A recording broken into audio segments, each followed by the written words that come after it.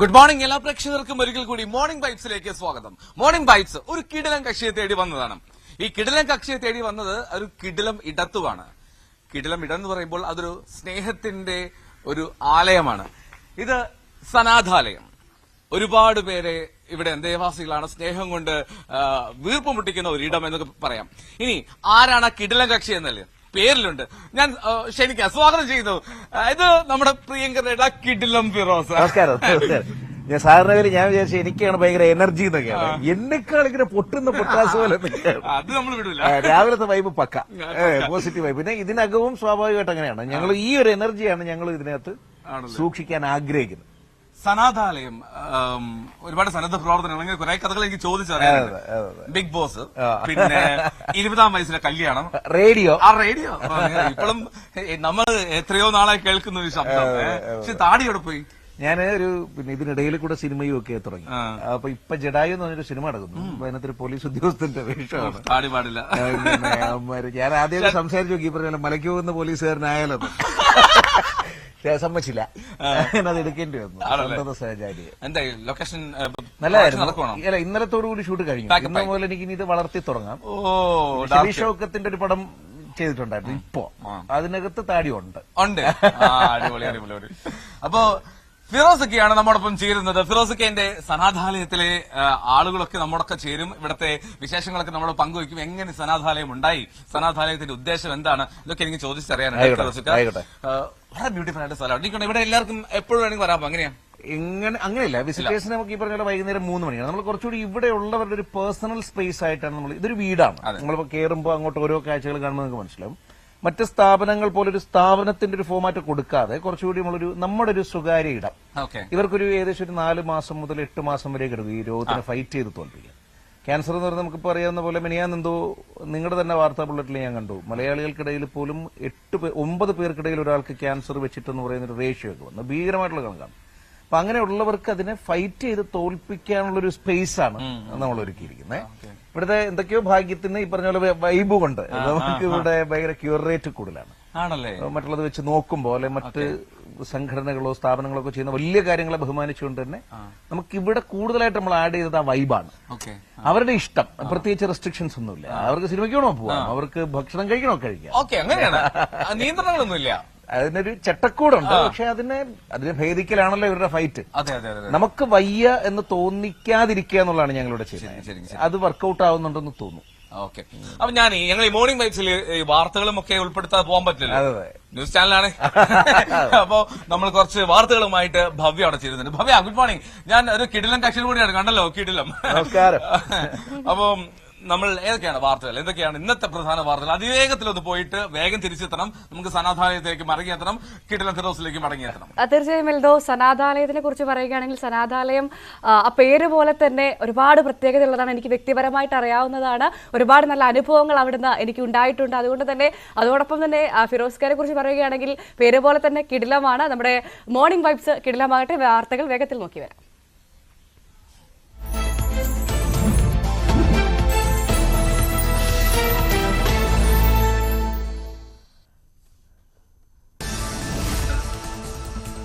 കോഴിക്കോട് കക്കയത്ത് കാട്ടുപോത്തിന്റെ കുത്തേറ്റ് മരിച്ച അബ്രഹാമിന്റെ പോസ്റ്റ്മോർട്ടം രാവിലെ 8-ന് നടക്കും. വൈകിട്ട് 3-നാണ് സംസ്കാരം. അബ്രഹാമിന്റെ കുടുംബത്തിന് 10 ലക്ഷം രൂപ ഇന്ന് കൈമാറും. ആദ്യഘട്ടത്തിൽ കാട്ടുപോത്ത് ഇറങ്ങുന്ന 2.5 കിലോമീറ്റർ ദൂരം ഫെൻസിംഗ് നടത്തും. ജില്ലാ കളക്ടറുമായി നടത്തിയ ചർച്ചയിലാണ് തീരുമാനം. കളക്ടർ നൽകിയ ഉറപ്പിൽ സംതൃപ്തിയുണ്ടെന്ന മകൻ ജോബിഷും പ്രശ്നങ്ങൾക്ക് പരിഹാരം ഉണ്ടായില്ല എങ്കിൽ വീണ്ടും പ്രതിഷേധം ആരംഭിക്കുമെന്ന് എം കെ രാഘവൻ എംപിയും വ്യക്തമാക്കി. തലച്ചുമടായി തേങ്ങയുമായി കൃഷിയിടത്തിൽ നിന്നും പുറത്തേക്ക് വരുന്നതിനിടെയാണ് എബ്രഹാമിന്റെ കാട്ടുപോത്ത് ആക്രമിച്ചത്. കരുമാവിന്റെ ചുവട് തെളിയിക്കുന്നതിനിടെ നിലവിളി കേട്ടാണ് കർഷകയായ അമ്മിണി എബ്രഹാമിന്റെ കൃഷിയിടത്തിലേക്ക് എത്തിയത്. വഴിയിൽ പോത്തിനെ കണ്ടതോടെ കാട്ടിൽ നിന്ന് താഴെയെത്തി അയൽവാസികളെ വിളിച്ചുകൂട്ടി. തുടർന്ന് സ്ഥലത്തെത്തിയപ്പോഴാണ് കുത്തേറ്റ നിലയിൽ എബ്രഹാമിനെ കണ്ടത്. കണ്ണൂർ ലോക്സഭാ മണ്ഡലം LDF തെരഞ്ഞെടുപ്പ് കൺവെൻഷനും തെരഞ്ഞെടുപ്പ് കമ്മിറ്റി ഓഫീസ് ഉദ്ഘാടനവും ഇന്ന് നടക്കും. വൈകിട്ട് 5-ന് കളക്ടറേറ്റ് മൈതാനിയിലാണ് പരിപാടി. കൺവെൻഷൻ മുഖ്യമന്ത്രി പിണറായി വിജയനും തെരഞ്ഞെടുപ്പ് കമ്മിറ്റി ഓഫീസ് PK ശ്രീമതിയും ഉദ്ഘാടനം ചെയ്യും. LDF നേതാക്കളായ രാമചന്ദ്രൻ കടന്നപ്പള്ളി, P സന്തോഷ് കുമാർ, MP ജോയ് കോന്നക്കൽ തുടങ്ങിയവർ പങ്കെടുക്കും. മൂന്നാറിൽ വീണ്ടും പടയപ്പയുടെ ആക്രമണം. തൊഴിലാളികളുമായി പോയ ഓട്ടോറിക്ഷ പടയപ്പ തകർത്തു. കല്ലാർ മാലിന്യ പ്ലാന്റിന് സമീപത്ത് വെച്ചാണ് ആക്രമണമുണ്ടായത്. ആനയെ കണ്ടതോടെ ഓട്ടോയിലുണ്ടായിരുന്നവർ ഓടി രക്ഷപ്പെട്ടു. ഓട്ടോ പൂർണ്ണമായി തകർത്തു. RRT സംഘമെത്തി ആനയെ വിരട്ടി ഓടിച്ചു. നടയാർ ഭാഗത്തിറങ്ങിയ മറ്റൊരു കാട്ടാന വാഴകൃഷി നശിപ്പിച്ചു. കോൺഗ്രസ് സ്ഥാനാർത്ഥി പ്രഖ്യാപനത്തിന് മുന്നോടിയായുള്ള ഇലക്ഷൻ ബോർഡ് കമ്മിറ്റി മീറ്റിംഗ് ഇന്ന് ഡൽഹിയിൽ ചേരും. കേരളത്തെ പ്രതിനിധീകരിച്ച് KPCC അധ്യക്ഷൻ K സുധാകരനും പ്രതിപക്ഷ നേതാവ് VD സതീശനുമാണ് മീറ്റിംഗിൽ പങ്കെടുക്കുക. മുഴുവൻ സംസ്ഥാനങ്ങളിലെയും കോൺഗ്രസ് സ്ഥാനാർത്ഥികളുടെ കാര്യത്തിൽ തീരുമാനം കൈക്കൊള്ളുന്നതിന് വേണ്ടിയാണ് യോഗം ചേരുന്നത്. കേരളത്തിലെ സ്ഥാനാർത്ഥി പട്ടികയ്ക്കാകും ആദ്യം അംഗീകാരം നൽകുക എന്നാണ് വിവരം. ഇന്ന് വൈകുന്നേരമോ നാളെയോ സ്ഥാനാർത്ഥി പ്രഖ്യാപനം ഉണ്ടായിരിക്കും. ഔദ്യോഗിക പ്രഖ്യാപനമായില്ലെങ്കിലും ഇടുക്കിയിൽ ഡീൻ തന്നെയെന്ന് ഉറപ്പിച്ച് പ്രവർത്തകർ. തോട്ടം മേഖലകളിൽ ഡീനിനായി ബോർഡുകൾ സ്ഥാപിച്ച് പ്രചരണം ആരംഭിച്ചു. ഇടുക്കി കോൺഗ്രസിനൊപ്പം നിൽക്കുമെന്ന് ഡീൻ പ്രതികരിച്ചു.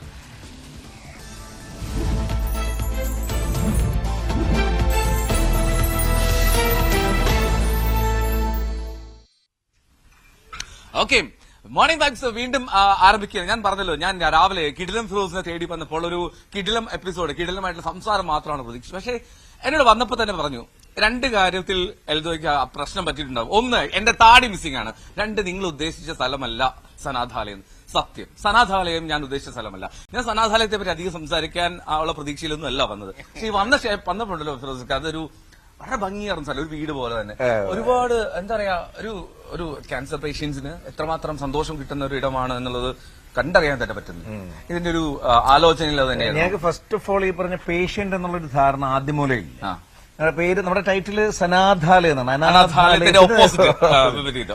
അതുകൊണ്ട് തന്നെ ഇവിടെ പോരാളികളായിട്ടാണ് നമ്മളിവരെ പരിഗണിക്കുക. നമ്മൾക്ക് ഇവർക്കൊരു അസുഖമുണ്ട് എന്നുള്ളത് തോന്നിപ്പിക്കില്ല.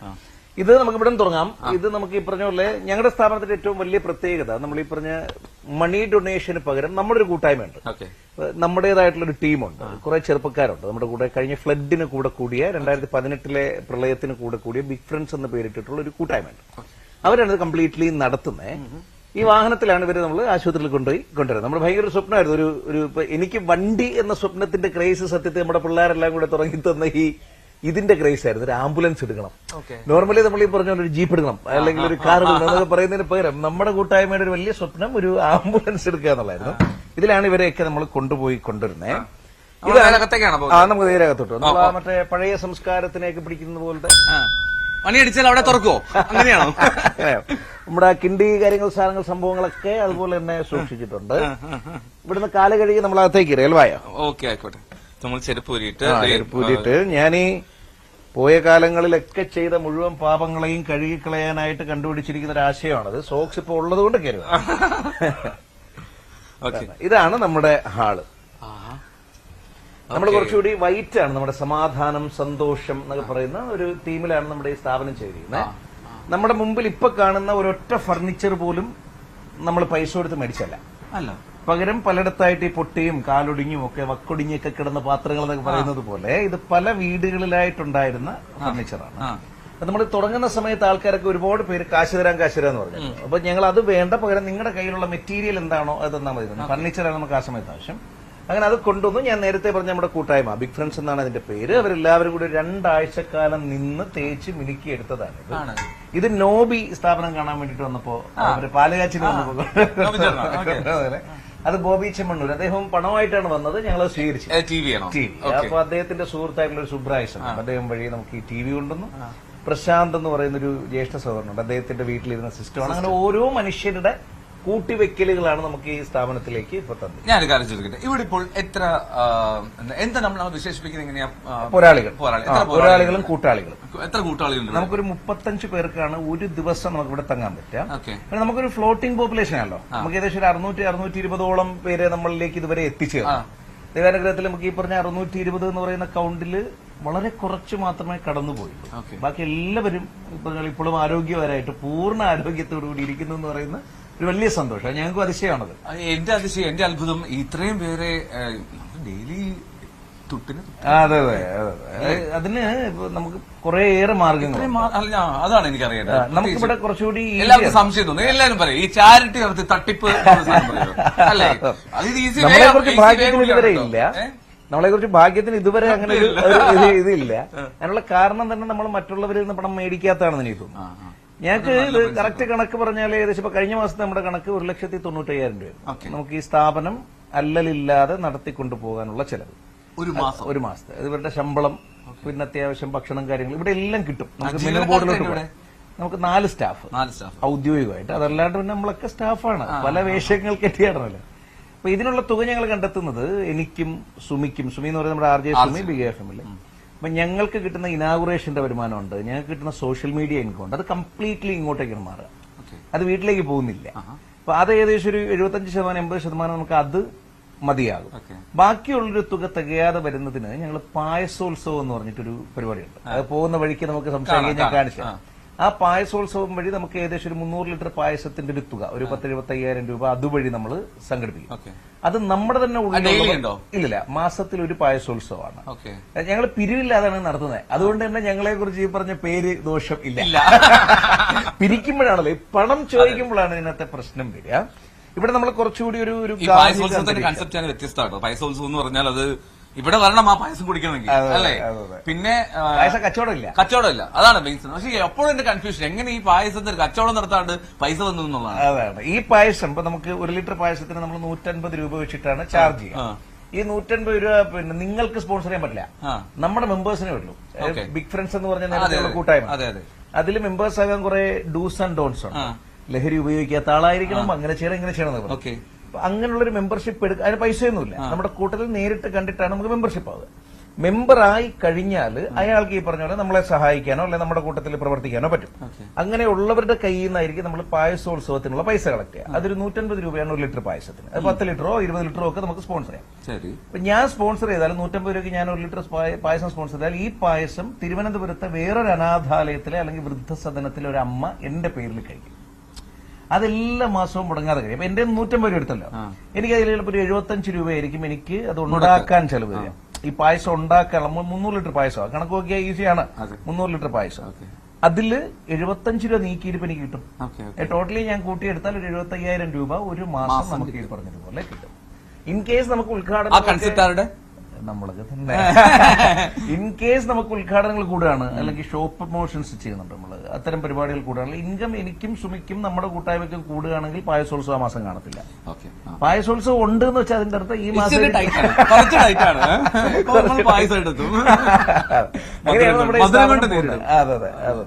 അതിൽ ഇവരെല്ലാം ജോയിൻ ചെയ്യും.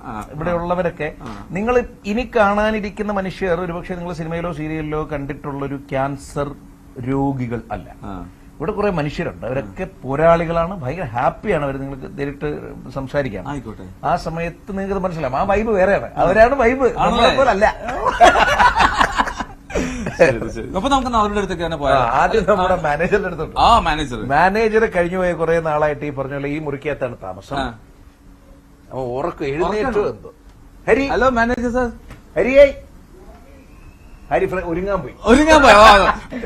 ഹരി കുറച്ച് അസുഖങ്ങളൊക്കെ ആയിട്ട് ഈ പറഞ്ഞ കുറച്ച് നാളായിട്ട് റെസ്റ്റിലാണ്. ഹരി ഏകദേശം ഒരു ഞാൻ ഇതൊക്കെ പറയുന്നു അല്ലെ സുമിയുടെ പേരിടയ്ക്കൊക്കെ പറയുന്നുവെങ്കിലും ഹരിയാണ് നമുക്ക് ഇത്രയും വർഷം 3 വർഷമായി നമ്മൾ സ്ഥാപനം തുടങ്ങിയിട്ട്. അപ്പൊ ഈ 3 വർഷം അവൻ ഏകദേശം ഒരു 500-550ഓളം മനുഷ്യരെ പൊന്നുപോലെ നോക്കിയ ഒരാളാണ് ഇവിടുത്തെ മുഴുവൻ കാര്യങ്ങളും. ഈ അടുത്തിടെയായിട്ട് അവന് ചെറിയ അസുഖം അങ്ങനെ. അപ്പൊ അതിനെ നമ്മൾ ഈ പറഞ്ഞ പോലെ ഫൈറ്റ് ചെയ്തുകൊണ്ടിരിക്കുകയാണ്. റിക്കവർ ചെയ്തു, മിടുക്കരായി, പെർഫെക്റ്റ് ആയി, തിരികെ ജീവിതത്തിലേക്ക് കട്ടക്കി വന്നു. അപ്പൊ അവന്റെ മുറിയായിട്ടുണ്ട്. ഒരു മുറി ഞങ്ങളെ പുറത്തുണ്ടേ. ഇവിടെ ഉള്ളവരൊക്കെ ഈ പറഞ്ഞ പോലെ രാവിലെ ആശുപത്രി പോകും, നമ്മളെ പോലെ അല്ല. പിന്നെ വെളുപ്പിന് ഉണർന്ന് അവരുടെ കാര്യങ്ങളൊക്കെ ചെയ്ത്, അവരുടെ വീടാണല്ലോ ഞാൻ നേരത്തെ പറഞ്ഞ പോലെ. നമ്മുടെ മുറിയുടെ സെറ്റപ്പ് എന്ന് പറയുന്നത് ഇങ്ങനെയാണ്. അത് വൈറ്റ് ആണ് കംപ്ലീറ്റ്. വെളുത്ത വിരിപ്പുകൾ ഇതൊക്കെ നമ്മളൊരു 3 മാസത്തിലൊരിക്കലും മാറ്റും, 3 ദിവസത്തിലൊരിക്കലും. അപ്പൊ നിങ്ങൾ ചോദിക്കും ഇത്രയും വലിയ തുക എവിടുന്ന് കിട്ടും? 3 ദിവസത്തിലൊരിക്കൽ വെളുത്ത വിരിപ്പ് മാറണ്ടേ? അതിന്റെ വളരെ ഈസി ആയിട്ടുള്ള വഴി, എല്ലാ 6 മാസവും 1 വർഷവും കൂടുമ്പോ ഈ റിസോർട്ടുകൾ അവരുടെ റിസോർട്ടുകളുടെ ബെഡ്ഷീറ്റുകൾ അവർ റീപ്ലേസ് ചെയ്യും. ഞങ്ങൾ പോയി കൈ നീട്ടിയതെങ്കിലും മേടിക്കും, കൊണ്ടുവന്ന് അലക്കും, ദോ അവിടെ അടുക്കി വെക്കും. ഒരു 3 ദിവസം കൂടുമ്പോ നമുക്കിത് മാറ്റി കൊടുക്കാൻ വേറെ ബുദ്ധിമുട്ടില്ല. ഹരി എന്തിയടാ? ഒരുങ്ങി സുന്ദരനായി വരട്ടെ. ഇത് നമ്മുടെ പിന്നെ ചെറിയൊരു ചായകുടി ഏരിയയാണ്. ഈ എഴുത്ത് no matter how you feel get up dress up show up and never give up, അങ്ങനെ അവർ ചെയ്യുന്നുണ്ട്. ഇവിടെയാണ് അവരുടെ ചായകുടി കാര്യങ്ങളൊക്കെ നോക്കുക. ഇതാണ് നമ്മുടെ കിച്ചൺ. ഇത് ഒരു റെന്റഡ് ഹൗസ് ആണ്, അതിന്റെ കാര്യത്തിലേക്ക് പിന്നീട് വരാം. നമ്മുടെ മെനു ഇതാണ്. ഇത് എന്തുകൊണ്ടൊരു അനാഥാലയമല്ല എന്നതിന്റെ ഉത്തരം നിങ്ങൾക്ക് ഈ മെനുവിൽ കാണാം. ഇതൊരു സനാഥാലയമാണ് എന്നുള്ളത് നമ്മുടെ വീട്ടിൽ നമ്മൾ പണ്ട് അമ്മയുമായിട്ട് വഴക്കുണ്ടാക്കുമായിരുന്നു. ഇന്ന് പുട്ട് വേണ്ട, എന്നും പുട്ട്, അത് ഇവിടെ ഇല്ല. ഇവിടെ ഒരു ദിവസം ഇഡ്ഡലി എങ്കിലും അടുത്ത ദിവസം പുട്ട്, പിന്നെ ഇടിയപ്പം, ചപ്പാത്തി, അങ്ങനെ പോകും. ഉച്ചയ്ക്കുള്ള ഊണിലും ചിക്കൻ ബിരിയാണി എല്ലാം ഉണ്ട്. ഇവരോട് ചിലതൊന്നും ഈ പറഞ്ഞ ഡോക്ടർ കഴിക്കാൻ പാടില്ല. ഇതൊന്നും പക്ഷെ നമുക്ക് ആപ്ലിക്കബിൾ അല്ല. ഇഷ്ടമുള്ളത് ഇഷ്ടംപോലെ കഴിക്കാം, ആവശ്യം എന്താണോ അത് അറിയിച്ചാൽ മതി എന്നുള്ളതാണ് നമ്മുടെ ഒരു പോളിസി. പക്ഷെ ഇതിനകത്ത് നമ്മൾ റെഡ് മീറ്റ് ഒഴിവാക്കിയിട്ടുണ്ട്. അത് അവർക്ക് നോയാണ്. ഡോക്ടറോട് ചോദിച്ചിട്ട് അവർക്ക് കഴിക്കാൻ പറ്റുന്ന മിനറൽസും ന്യൂട്രീഷ്യൻസും എല്ലാം വൈറ്റമിൻസും എല്ലാം ഉൾപ്പെടുത്തിയിട്ടുള്ള പച്ചക്കറി കൂടുതലായിട്ടുള്ള ഒരു സംഗതിയാണ്. ഇത് തന്നെ പരമാവധി പച്ചക്കറി നമുക്ക് ഈ പറഞ്ഞ പോലെ ഒരുപാട് സഹൃദരായിട്ടുള്ള സുഹൃത്തുക്കൾ മട്ടുപ്പാവിലൊക്കെ കൃഷി ചെയ്യുന്ന, വീട്ടിൽ കൃഷി ചെയ്യുന്ന പച്ചക്കറികളാണ് നമുക്ക് കൊണ്ടുവരിക. അതുകൊണ്ട് തന്നെ ക്യാൻസർ രഹിതമായിട്ടുള്ളൊരു സംഗതിയാണിത്. അത് ഇപ്പൊ നിങ്ങൾ കണ്ടുകൊണ്ടിരിക്കുന്നത് ഭക്ഷണം കഴിച്ചിട്ടേ പോകാവുള്ളൂ, തയ്യാറായതോ തയ്യാറാക്കിയതോ കഴിക്കാം എന്നുള്ളൊരു ബോർഡാണ്. ഇതാണ് ഞങ്ങളുടെ പോളിസി. സ്വന്തമായിട്ട് കഴിക്കാം. നിങ്ങൾ ഇങ്ങോട്ടേക്ക് വന്നാലും വിശക്കുന്നു എന്നാരും പറയും. ഹരി എനിക്ക് കണ്ടപ്പോ തന്നെ സുന്ദരനായി വന്ന ഹരിയെ കണ്ടേ. ഹരിയാണ് ഇവിടുത്തെ മാനേജർ കേട്ടോ. ഹരി ഒരു പോരാളിയാണ് അല്ലേ? കട്ട പോരാളിയാണ്. എങ്ങനെയുണ്ട് ഹരി ഇവിടുത്തെ ലൈഫൊക്കെ? എന്ന് പറയുകയാണെങ്കിൽ ഒരു നമ്മള് ആദ്യം മുതല് കൂടെ നിൽക്കുന്നതെന്ന് ഇതിന്റെ ഒപ്പം കൂടാൻ പറ്റിയെന്ന വലിയൊരു ഭാഗ്യമാണ്. ഹരി ഫൗണ്ടർ കൂടിയാണ്. അപ്പൊ ആ തുടക്കം മുതല് ഇതുവരെയുള്ള പല സാഹചര്യങ്ങളിലൂടെ പോകാനും പറ്റി, പലരുടെ ജീവിതങ്ങൾ അറിയാനും പറ്റി, ഓരോരുത്തർ എങ്ങനെയാണ് ഓരോന്നിനെ ഫേസ് ചെയ്യുന്നത്, നമ്മൾ അതേപോലെ ഒന്ന് വന്നാൽ നമ്മൾ എങ്ങനെ ഫേസ് ചെയ്യണം എന്നുള്ള കാര്യങ്ങളൊക്കെ മനസ്സിലാക്കാൻ പറ്റും. ഈ ഹരി ഇങ്ങനെ സംസാരിക്കാൻ പഠിച്ചത് പിന്നെ ഫിറോസിന്റെ കൂടെ കൂടിയിട്ടാണോ? ഇവരിപ്പോ വന്നു എന്റെ മൂത്ത മോനെ പോലെ. എങ്ങനെയുണ്ട് ഫിറോസിക്ക് എപ്പോഴെങ്കിലും ശകാരിക്കുവോ? അയ്യോ, ശകാരിക്കുമോന്നോ? വഴക്ക് പറയുന്നു. വഴക്ക് പറയുന്നതൊക്കെ നമുക്ക് ഒരു ജ്യേഷ്ഠ സഹോദരനെ പോലെ അല്ലേ. അവനെന്തായാലും മിക്കപ്പോഴും വഴക്ക് കേട്ടു. അവൻ ഇതിന്റെ നടത്തിപ്പിനല്ല വഴക്ക്. ഇവനുണ്ടല്ലോ, ഇവന് ഭയങ്കര ഇവൻ കുറച്ചുകൂടി ഇവനിലേക്ക് ഉള്ളിൽ വയ്യാതായി പോയി. അതുവരെ ഇങ്ങനെ ചെറുശേ നടക്കായിരുന്നു. അപ്പൊ അടുത്തിടയ്ക്ക് ഒന്ന് ഇപ്പൊ അവന് മാറി അസുഖം. അപ്പൊ ഇവൻ അതിലേക്ക് തിരിച്ച ഷെല്ല് പൊട്ടിയില്ല. ഇപ്പോഴും അവനിലേക്ക് തന്നെ വരും. അപ്പൊ ഇന്നലെ ഞാൻ രാത്രി മാനവീയത്തിൽ പറഞ്ഞു കേട്ടു, മിനിയാന്നൊരു സിനിമ, അതിന്റെ തലേന്ന് ഒരു പീഡനം പോലെയാണ്. പോടാ പോയി സിനിമ എല്ലാ പടവും കണ്ടു. ഇന്നലെ മാനവീയത്തിൽ പോയി. ഞാൻ സൈഡിൽ കൂടെ പറഞ്ഞു 10-27 വയസ്സാവുന്നു, ഒരു 10 ദിവസത്തിനകത്ത് എനിക്ക് ഏതെങ്കിലും ഒരു നല്ല പെൺകുട്ടിയെ കാണിച്ചു തരണം. ഇന്നലെ എല്ലാവരും കണ്ടോ? അങ്ങനെയല്ല, അവിടുത്തെ വൈബ് എല്ലാം ആസ്വദിച്ചു. കൊള്ളായിരുന്നു. മാനവീയത്തിൽ ആദ്യമായിട്ടാണ് രാത്രി പോകുന്നത്? രാത്രി അങ്ങനെ ഇതേപോലെ സെറ്റായി വന്നതിന് ശേഷം ആദ്യമായിട്ടാണ്. വൻ വൈബല്ലേ? ആളുണ്ടായിരുന്നു ഇന്നലെ? ഞാൻ ഇന്നലെ കണ്ടറിയില്ല. കുറവായിരുന്നു. ഒരു ക്ഷേത്ര കലാകാരൻ കൂടിയാണ്, നല്ല കൊട്ടും. ഉണ്ടോ? എവിടെ ഉണ്ടോ? എന്തെങ്കിലും ഉപകരണം ഉണ്ടോ? പഞ്ചവാദ്യം കുഴപ്പമില്ല. ഉണ്ടെങ്കിൽ നമ്മൾ ഇപ്പൊ സെറ്റാക്കിയാണ്. പിന്നെ ലൈഫ് കൊണ്ട് ഈ പറഞ്ഞ പോലെ നമ്മളെ പോലെ ഒന്നുമല്ല, വളരെയേറെ മോട്ടിവേഷൻ തരുന്ന ഒരാൾ കൂടിയാണ്. ജീവിതം കൊണ്ട് തെളിയിച്ചല്ലോ ഹരി. ഹരിയെ സംബന്ധിച്ച് ഈ പറഞ്ഞ പോലെ ഈ അസുഖം വരുന്ന സമയത്ത് ഹരിക്ക് ചെറിയൊരു തുടക്കമായിരുന്നു, നമ്മൾ വളരെ പെട്ടെന്ന് തന്നെ കണ്ടെത്താൻ പറ്റി. ആ സമയത്ത് ഹരി പോരാടിയൊരു രീതിയുണ്ട്. നമ്മളൊക്കെ അതിനെ ഭയങ്കര റെസ്പെക്റ്റോടെ കാണുന്ന ഒരാളാണ്. ഇപ്പൊ വന്ന് ഹരി നമ്മളെ ഉപദേശിക്കുന്നിടത്തോളം എത്തി. അതിന് എക്സ്പീരിയൻസ് ഉണ്ടല്ലോ, ഇങ്ങനെ ചെയ്യണം, RCCയിൽ ഇങ്ങനെയാണ്, ശ്രീചിത്രയിൽ ഇങ്ങനെയാണെന്നൊക്കെ മറ്റുള്ള ഇവിടെയുള്ള ഇൻമേറ്റ്സിന് പറഞ്ഞു കൊടുക്കാൻ തക്കതായിട്ട് പഠിക്കുമായിരുന്നല്ലേ? അവിടുത്തെ ഓരോ സിറ്റുവേഷനും പഠിക്കാനും പറ്റി. എങ്ങനെയാണ് ഓരോ ഹോസ്പിറ്റലിലും ഓരോ വ്യക്തികളെ ട്രീറ്റ് ചെയ്യണമെന്ന് മനസ്സിലാക്കാൻ പറ്റി. വയ്യാതായ ആരൊക്കെ കൂടെ ഉണ്ടാവും എന്നുള്ളതും അവന് പിടികിട്ടി. അതും ലൈഫ് ഒരു പ്രത്യേക വഴിയിലാണോ നമ്മളെ കൊണ്ടുപോകാം? തീർച്ചയായും. നമ്മൾ ഒരിക്കലും പ്രതീക്ഷിക്കാൻ ഒരു പ്ലാൻ ഉണ്ടാക്കി വെച്ചിട്ട് വേറൊരു പ്ലാൻ വഴി നമ്മൾ പോകേണ്ടി വരുന്നു. ഇതാണ് നമ്മൾ നേരത്തെ പറഞ്ഞ റിസോർട്ട് ബെഡ്ഷീറ്റുകൾ എന്ന് പറയുന്നത്. ഇത് നമുക്കൊരു സ്റ്റോക്ക് ഉണ്ട്. അതുകൊണ്ട് ഒരു 3 ദിവസത്തിലൊരിക്കൽ നമുക്കിത് മാറ്റാൻ വലിയ ബുദ്ധിമുട്ട്. ഞാൻ തുറന്നോട്ടെ? അതായത് ഇപ്പൊ ഫിറോസൊക്കെ പറഞ്ഞ പോലെ ബെഡ്ഷീറ്റുകൾ അത് ഈ ഉപയോഗിച്ച് അവർ പെട്ടെന്ന് കളയുന്നത് ഇവർ സ്വീകരിച്ച് നന്നായി കഴുകി വൃത്തിയാക്കി എടുത്ത് നമ്മുടെ പോരാളികൾക്ക് കൂട്ടാളികൾക്കായിട്ട് ഉപയോഗിക്കുന്നു അല്ലേ? അപ്പോൾ ആശുപത്രി പോകണം. ഓക്കെ, നമ്മൾ ഇവിടുത്തെ ഒരു കൂട്ടാളിയെ കാണിച്ചിട്ട് പോകാൻ അപ്പച്ചനാണ് ആശുപത്രി പോകണോ? അപ്പച്ച പേരെന്താ? മുരുകൻ. എവിടെ ശരിക്കും വീട്? പാലക്കാട്ടിന്റെ അപ്പുറം കഞ്ചിക്കോട് പറയും. അങ്ങ് അവിടെ എന്താ ചെയ്തിരുന്നത് ചോദിക്കും. എന്താ ചെയ്തിരുന്നത്? പനകത്ത് അടിപോലെ. എന്നിട്ട് എന്താ കള്ള് ചെത്തി പാലക്കാട് കരിമ്പന അല്ലേ? അപ്പച്ചൻ ഭയങ്കര പോസിറ്റീവാണ്. സാധാരണ രീതിയിൽ ഈ പറഞ്ഞ പോലെ ഇന്നിപ്പോ ലാസ്റ്റ് റേഡിയേഷൻ ആണ്. അപ്പച്ചൻ വന്നിട്ട് 1 മാസം 1.5 മാസമായി അല്ലേ? 2 മാസമായി. ഇത്രയും നാളിൽ നമുക്ക് ആദ്യമായിട്ടാണ് ഒരാളെ ഇത്രയും ആത്മബലമുള്ള ഒരു മനുഷ്യനെ കാണുന്നത്. ചിരിച്ചോണ്ടാ നിൽക്കുന്നത്. അപ്പച്ചൻ വന്നപ്പോ തന്നെ ചിരിച്ചോണ്ടാ വന്നത്. എൻട്രി തന്നെ അങ്ങനെയായിരുന്നു. നോർമലി ലാസ്റ്റ് ഒക്കെ ആവുമ്പോഴേക്കും മൂക്കിൽ ട്യൂബൊക്കെ വീഴും. അപ്പച്ചൻ ട്യൂബൊന്നുമില്ല, അപ്പച്ചൻ പക്ക എനർജിയിൽ അടിപൊളി. ഇന്ന് ലാസ്റ്റ് റേഡിയേഷൻ കഴിഞ്ഞിട്ട് ജിൽ ജിൽ എന്ന് പറഞ്ഞു വരണം കേട്ടോ. എങ്ങനെയാ പിന്നെ ഇവിടെ വന്നിട്ട് ഇവിടത്തെ ഫുഡും ഈ ഫിറോസൊക്കെ ഡീലിംഗ്സും ഒക്കെ എങ്ങനെയുണ്ട്? അടിപൊളിയല്ലേ? വളരെ ഡീസന്റ് ആയിട്ടുണ്ട്. എന്റെ ജീവിതത്തിൽ ഇതുമാതിരി അല്ല, കണ്ടിട്ടില്ല. എങ്ങനെ ഈ പാലക്കാട് നിന്ന് ഇവിടെ എങ്ങനെ എത്തി? ഇവിടെ എത്തി ഒരു തൃശ്ശൂർ വന്നു. തൃശ്ശൂർ വന്നപ്പോ മകന് വേണ്ടപ്പെട്ടവര് നിങ്ങൾ ഒരേ അടി ഇവിടെ വരികയായി. ഓക്കെ, ഇവിടെ വന്നു പോയി അപ്പൊ അറിഞ്ഞു. വന്നു പോയവർ പറഞ്ഞറിഞ്ഞു അല്ലേ? ഓക്കെ. പാലക്കാട് അവിടെ പിന്നെയാണ് ഇങ്ങോട്ട് വിട്ടത്. ഈ ചികിത്സന്റെ ക്ഷീണമൊക്കെ ഉണ്ടോ? ക്ഷീണമുണ്ട്. ചെറിയ ക്ഷീണമുണ്ട്. അത് കുഴപ്പമില്ല, അതൊക്കെ നമ്മൾ മറികടന്ന് വരും കേട്ടോ. നൈസ്. ഓക്കെ, അപ്പൊ പോയിട്ട് നടക്കട്ടെ. ഭക്ഷണം കഴിച്ചിട്ടാണോ പോണേ? ഇല്ല, വന്നിട്ട് കഴിക്കുള്ളൂ. പെട്ടെന്ന് വരും. അപ്പൊ പെട്ടെന്ന് വരും. ഞങ്ങൾ 8:30 വരെ ഇവിടെ ഉണ്ട് കേട്ടോ. 1.5 റേഡിയേഷൻ ഓടി വാ, പോയിട്ട് വാ. ഓക്കെ, റേഡിയേഷൻ വേണ്ടി പോവാണ്. പോയിട്ട് വരട്ടെ. കണ്ടോണ്ടിരിക്കുന്ന റിസോർട്ട്, ഹോട്ടൽ മുതലാളിമാരൊക്കെ ഉണ്ടാവും. അവർക്കും ഞങ്ങളെ സഹായിക്കും. അല്ലെങ്കിൽ പറഞ്ഞ പോലെ ഫർണിച്ചർ ഷോപ്പുകൾ, ഫർണിച്ചർ നമുക്ക് പണം വേണ്ട, പകരം ഇവർക്ക് നമ്മളെ ഉപയോഗിക്കാൻ പറ്റുന്ന മെറ്റീരിയലുകൾ തന്നാൽ ഇതൊക്കെ അങ്ങനെ നമുക്ക് ഡൊണേഷൻ കിട്ടുന്നതാണ്. ഓക്കെ, ഇവിടെ നമുക്ക് ഒരു മുറിയിൽ 2 പേര് വെച്ചിട്ടാണ് നമ്മൾ ഒരു ബൈസ്റ്റാൻഡറെ നമ്മൾ കൂടെ നിർത്തും. ഇൻ കേസ് ഇവർക്ക് ബൈസ്റ്റാൻഡർ ഇല്ലെങ്കിൽ നമ്മൾ നോക്കും. അങ്ങനെയാണ് അതിന്റെ ഒരു ഫോമാറ്റ്. അത് ഫാമിലി മെമ്പേഴ്സ് പറ്റും. ഫാമിലി മെമ്പേഴ്സിന് പറ്റും.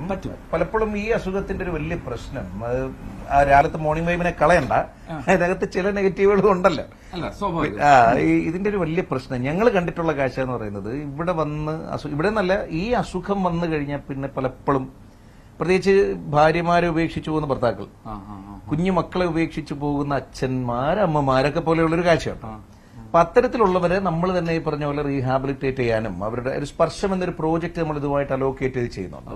അപ്പൊ അവരുടെ പിന്നീടുള്ള പുനരുദ്ധാരണം, അവരുടെ ജീവിതം, അവരുടെ കാര്യങ്ങളൊക്കെ, അവരുടെ ചികിത്സ ഉൾപ്പെടെയുള്ള കാര്യങ്ങൾ സനാഥാലയം ഏറ്റെടുത്ത് മുമ്പോട്ട് കൊണ്ടുപോകാറുണ്ട്. ഇത് മറ്റൊരു മുറി അല്ലേ? ഇത് മറ്റൊരു മുറി. ഇതിങ്ങനെ അങ്ങ് നീളും. ഞാൻ ഇത് വീടായിരുന്നു, വാങ്ങിയതാണ്? എങ്ങനെയായിരുന്നു? അല്ലല്ല, ഇതൊരു റെന്റഡ് ഹൗസ് ആണ്. ഇവിടെയൊക്കെ അവരുടെ ഒരു പേഴ്സണൽ സ്പേസ് ആയിട്ടാണ് നമ്മൾ കൊടുക്കുക. ഇതിനൊരു വേറൊരു പ്രശ്നമുണ്ട്, നമ്മൾ ഇവരുടെ മുമ്പിൽ വെച്ച് പറയാൻ പറ്റാത്തതുകൊണ്ട് അപ്പുറത്തോട്ട്. ഇവിടെ നമ്മുടെ വീടിന് കുറ്റിയില്ല. അതിനുള്ള കാരണം എന്ന് വെച്ചാൽ ഈ അസുഖം വന്ന് തിരിച്ചറിഞ്ഞിട്ടൊക്കെ നിൽക്കുന്ന ഒരു സമയത്തായിരിക്കും ഇവർ മിക്കപ്പോഴും ഇവിടോട്ട് വരിക. അപ്പൊ വന്നൊരു 2 ആഴ്ച ഇതുമായിട്ട് പൊരുത്തപ്പെടുന്ന ആ സമയം വരെ ഇവർക്ക് സൂയിസൈഡൽ ടെൻഡൻസി കൂടും. അപ്പൊ ഞങ്ങൾ തുടങ്ങുന്ന ആ സമയത്ത് ഞങ്ങൾക്കിത് അറിയത്തില്ലായിരുന്നു. ആ സമയത്ത് ഞങ്ങൾ കുറച്ച് പെട്ടു. കുറ്റി ഇടിച്ച് താഴ്ത്തിയും സിനിമ കാണുന്നത് പോലെ നമ്മൾ കഥക് ചവിട്ടി പൊളിച്ചൊക്കെ കയറേണ്ടി വന്നു.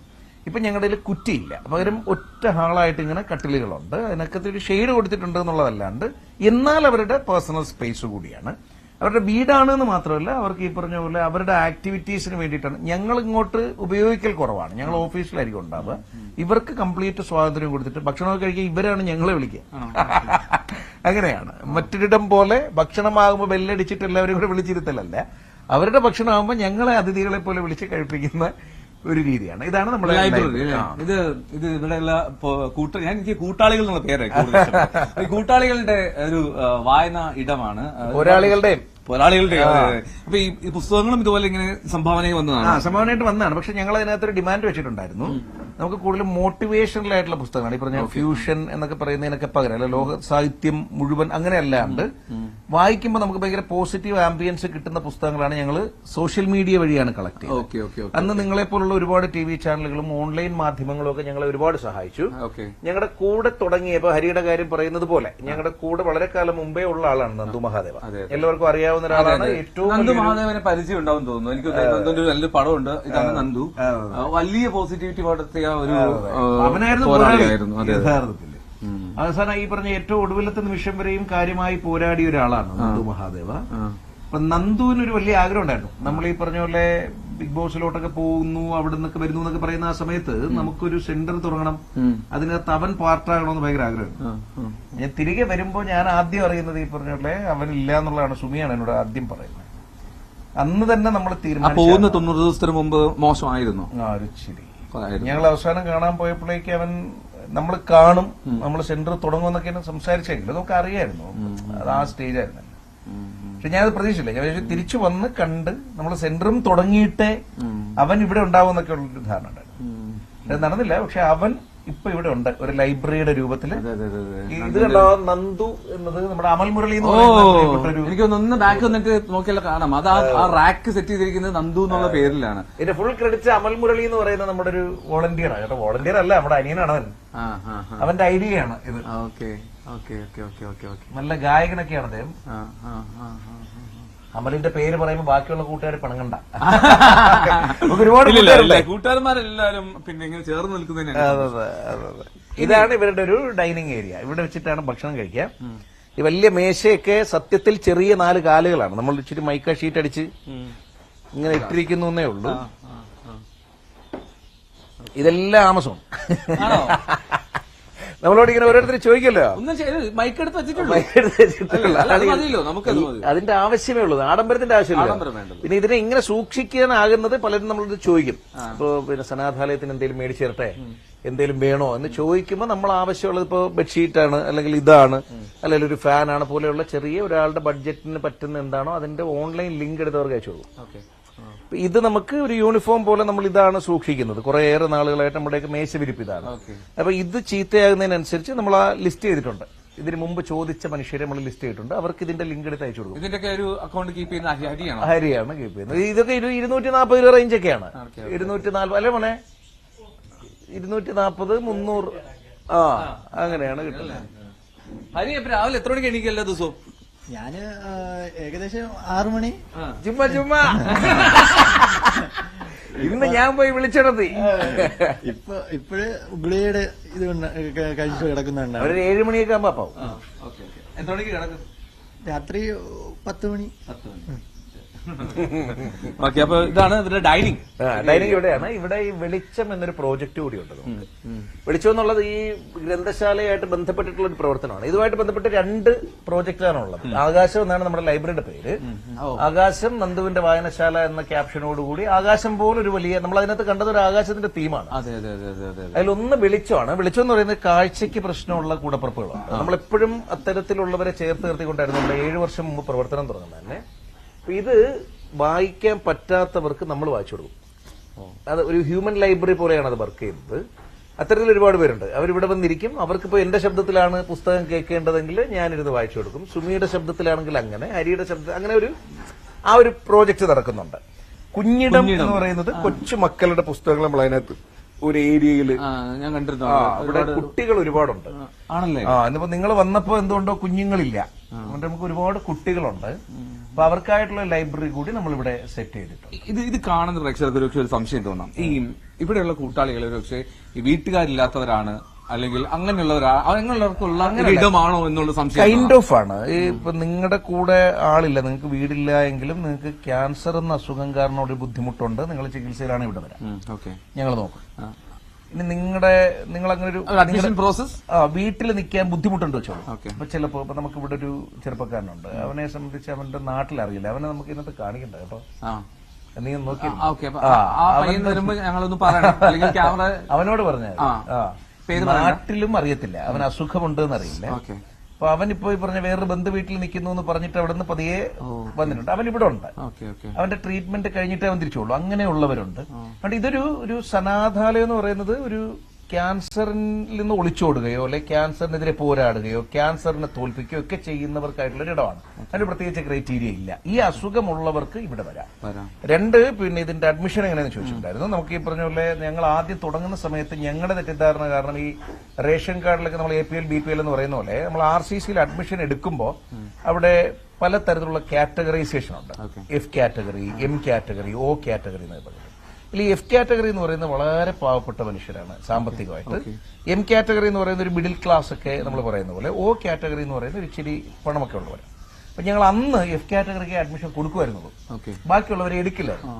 പക്ഷെ പിന്നെ പോകെ ഞങ്ങൾക്ക് മനസ്സിലായി ഇതിൽ ഈ F കാറ്റഗറിക്ക് സർക്കാർ സഹായം കിട്ടും, M കാറ്റഗറി പെടും, O കാറ്റഗറി മധ്യവർഗമാണല്ലോ. O കാറ്റഗറി, M കാറ്റഗറിക്ക് പിന്നെയും മറ്റേ നാട്ടുകാര് ചാരിറ്റി പ്രവർത്തകരൊക്കെ വന്ന് വീഡിയോയൊക്കെ ചെയ്ത് സഹായം എടുക്കും. O കാറ്റഗറി കാശുള്ളവരാണല്ലോ, അവരാരും സഹായിക്കില്ല. അവരെ പിന്നെ ഈ പറഞ്ഞവർ ആരും, അതായത് സർക്കാർ സഹായിക്കാനുണ്ടാവില്ല, നാട്ടുകാർ സഹായിക്കാൻ പൈസ ഉണ്ടല്ലോ. ഈ അസുഖം വരുവോ ഇവൻ നമ്മുടെ സകല സമ്പത്തും തകർത്തിട്ടേ പോകുള്ളൂ. അടിപേരിളക്കം. അടിപേരിളക്കം. അപ്പൊ ഇപ്പൊ ഞങ്ങള് ഈ കാറ്റഗറൈസേഷൻ അങ്ങ് ഒഴിവാക്കി. എന്നിട്ട് ഈ അസുഖം നിങ്ങൾക്കുണ്ടെങ്കിൽ അതിന്റെ അഡ്മിഷൻ കാർഡുമായിട്ട് വന്നാൽ അവർക്ക് അഡ്മിഷൻ കൊടുക്കും എന്നൊരു പ്രോസസ്സിലേക്ക് ബൈസ്റ്റാൻഡറെ കൂടെ നിർത്താം. ഒരു ബൈസ്റ്റാൻഡറെ കൂടെ അവർ മാറി മാറി നിൽക്കാം. ഇപ്പൊ ഒരാളെ തന്നെ നിർത്തുള്ളൂ എന്നൊന്നുമില്ല. ഓക്കെ, നമ്മൾ ഇനി പോകുന്നത് നേരെ അടുക്കളയിലേക്ക്. അടുക്കളയിലേക്ക് നമുക്ക് 4 സ്റ്റാഫ് ഉണ്ട്. ഇപ്പൊ ഈ ഇരിക്കുന്നതൊന്നും സ്റ്റാഫ് അല്ല കേട്ടോ. ഇതൊക്കെ അമ്മമാര് അവരുടെ ഇഷ്ടത്തിനനുസരിച്ച് ചെയ്യുന്ന. അമ്മ ഇന്ന് രാവിലെ മരച്ചീനിയാ? അയ്യോ, ചീനിയാണോ? എന്താ ഇന്ന് പുഴുക്കാണോ? അല്ല, വേവിക്കുക, കുഴച്ചെടുക്കുക. അവിക്ക അല്ലേ? അതിനൊരു കഥയുണ്ട്. മത്തിയുണ്ട് കൂടെ. മത്തിയാണ് അയിലയാ? മത്തിയല്ല, അയിലയാ. അയിലയാണോ? ഇന്നലെ വൈകുന്നേരം എനിക്ക് വാക്ക് തന്നതാ. ഇന്ന് നാളെ പോവാണല്ലേ അമ്മ? നാളെ പോകുക. അപ്പൊ നമ്മുടെ പേര് വസന്ത. വീട് വരും കൊട്ടാരക്കര. കൊട്ടാരക്കരയാണ്. അപ്പൊ എത്ര ദിവസം ഉണ്ടായിരുന്നു ഇവിടെ? 1 മാസവും 5 ദിവസവും. എല്ലാം സെറ്റായി, സെറ്റായി, ആരോഗ്യമായി. അപ്പൊ ഇന്നലെ വൈകുന്നേരം എന്നോട് പറഞ്ഞു ഇവിടെ ഉള്ളവർക്ക് സ്വന്തം കൈകൊണ്ട് എന്തെങ്കിലും ഉണ്ടാക്കി കൊടുത്തിട്ട് പോണോന്ന് പറഞ്ഞു. അങ്ങനെ ഇന്നിപ്പോ സന്തോഷത്തോടെ ചീനിയും മീൻകറിയും അമ്മയുടെ വകയായിട്ട് ഉണ്ടാക്കുകയാണ്. ഇതാണ് നമ്മൾ നേരത്തെ പറഞ്ഞ പായസോത്സവം, പാൽപായസം ചാലഞ്ച്. അതെ, ഇതാണ് ആ ഉരുളി, വിശ്വവിഖ്യാതമായ നമ്മുടെ ഉരുളി. ഇത് 300 ലിറ്റർ. ഇതിനകത്ത് 300 ലിറ്റർ പായസം 2 ട്രിപ്പായിട്ട് നമുക്ക് ഉണ്ടാക്കാൻ പറ്റുള്ളൂ. 150 ലിറ്റർ 150 ലിറ്റർ വെച്ചിട്ട്. അതിനീ പറഞ്ഞ ബിഗ് ഫ്രണ്ട്സിന്റെ പ്രവർത്തകരുണ്ട്, അവരും കൂടി വന്ന് നിന്നുണ്ടാക്കും. ഇത് പിന്നെ 1 മാസത്തെ ഭക്ഷണ ചെലവാണ് നമ്മൾ ഇതുവഴി കണ്ടത്. നമുക്ക് ഒരു 75 രൂപ റേഞ്ചിലൊക്കെ നമുക്ക് ഭക്ഷണത്തിന് ചെലവാകും. ഏകദേശം ഒരു 50-55 രൂപ റേഞ്ചിൽ നമുക്ക് സാലറി വേണ്ടി വരും. ചെലവാണ്. നോബൽ കോസ് എന്ന് പറയുന്നത്. പക്ഷെ ഇതിനകത്ത് വീട്ടുകാർ വേണം. വാപ്പായൊക്കെ എപ്പോഴും ചീത്ത വിളിയാണ്. അപ്പൊ കാണുന്നുണ്ടാവും. വാപ്പക്ക് ഇച്ചിരി പിന്നെ ഒരു ബൈപ്പാസ് കഴിഞ്ഞു. അപ്പൊ അതിന്റെ റെസ്റ്റിലാണ് ആശാൻ. പിന്നെ എന്നെ ഇതുവരെ അങ്ങനെ പിടിച്ചു വെച്ചിട്ടില്ല.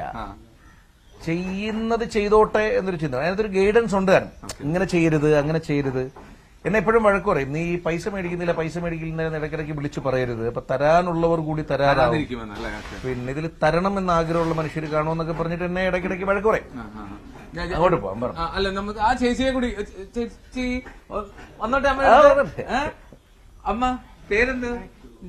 ഇന്ദിര. ഒന്ന് അല്ല, ഇങ്ങോട്ട് നിന്ന് കഴിഞ്ഞാൽ കാണാലോ. ഇങ്ങോട്ട് നിന്നോ? രാവിലെ വന്നതേ ഉള്ളൂ അവർക്ക്. ആണോ? എവിടെ വീട്? എവിടെ? കൊട്ടാരക്കരയാണ്.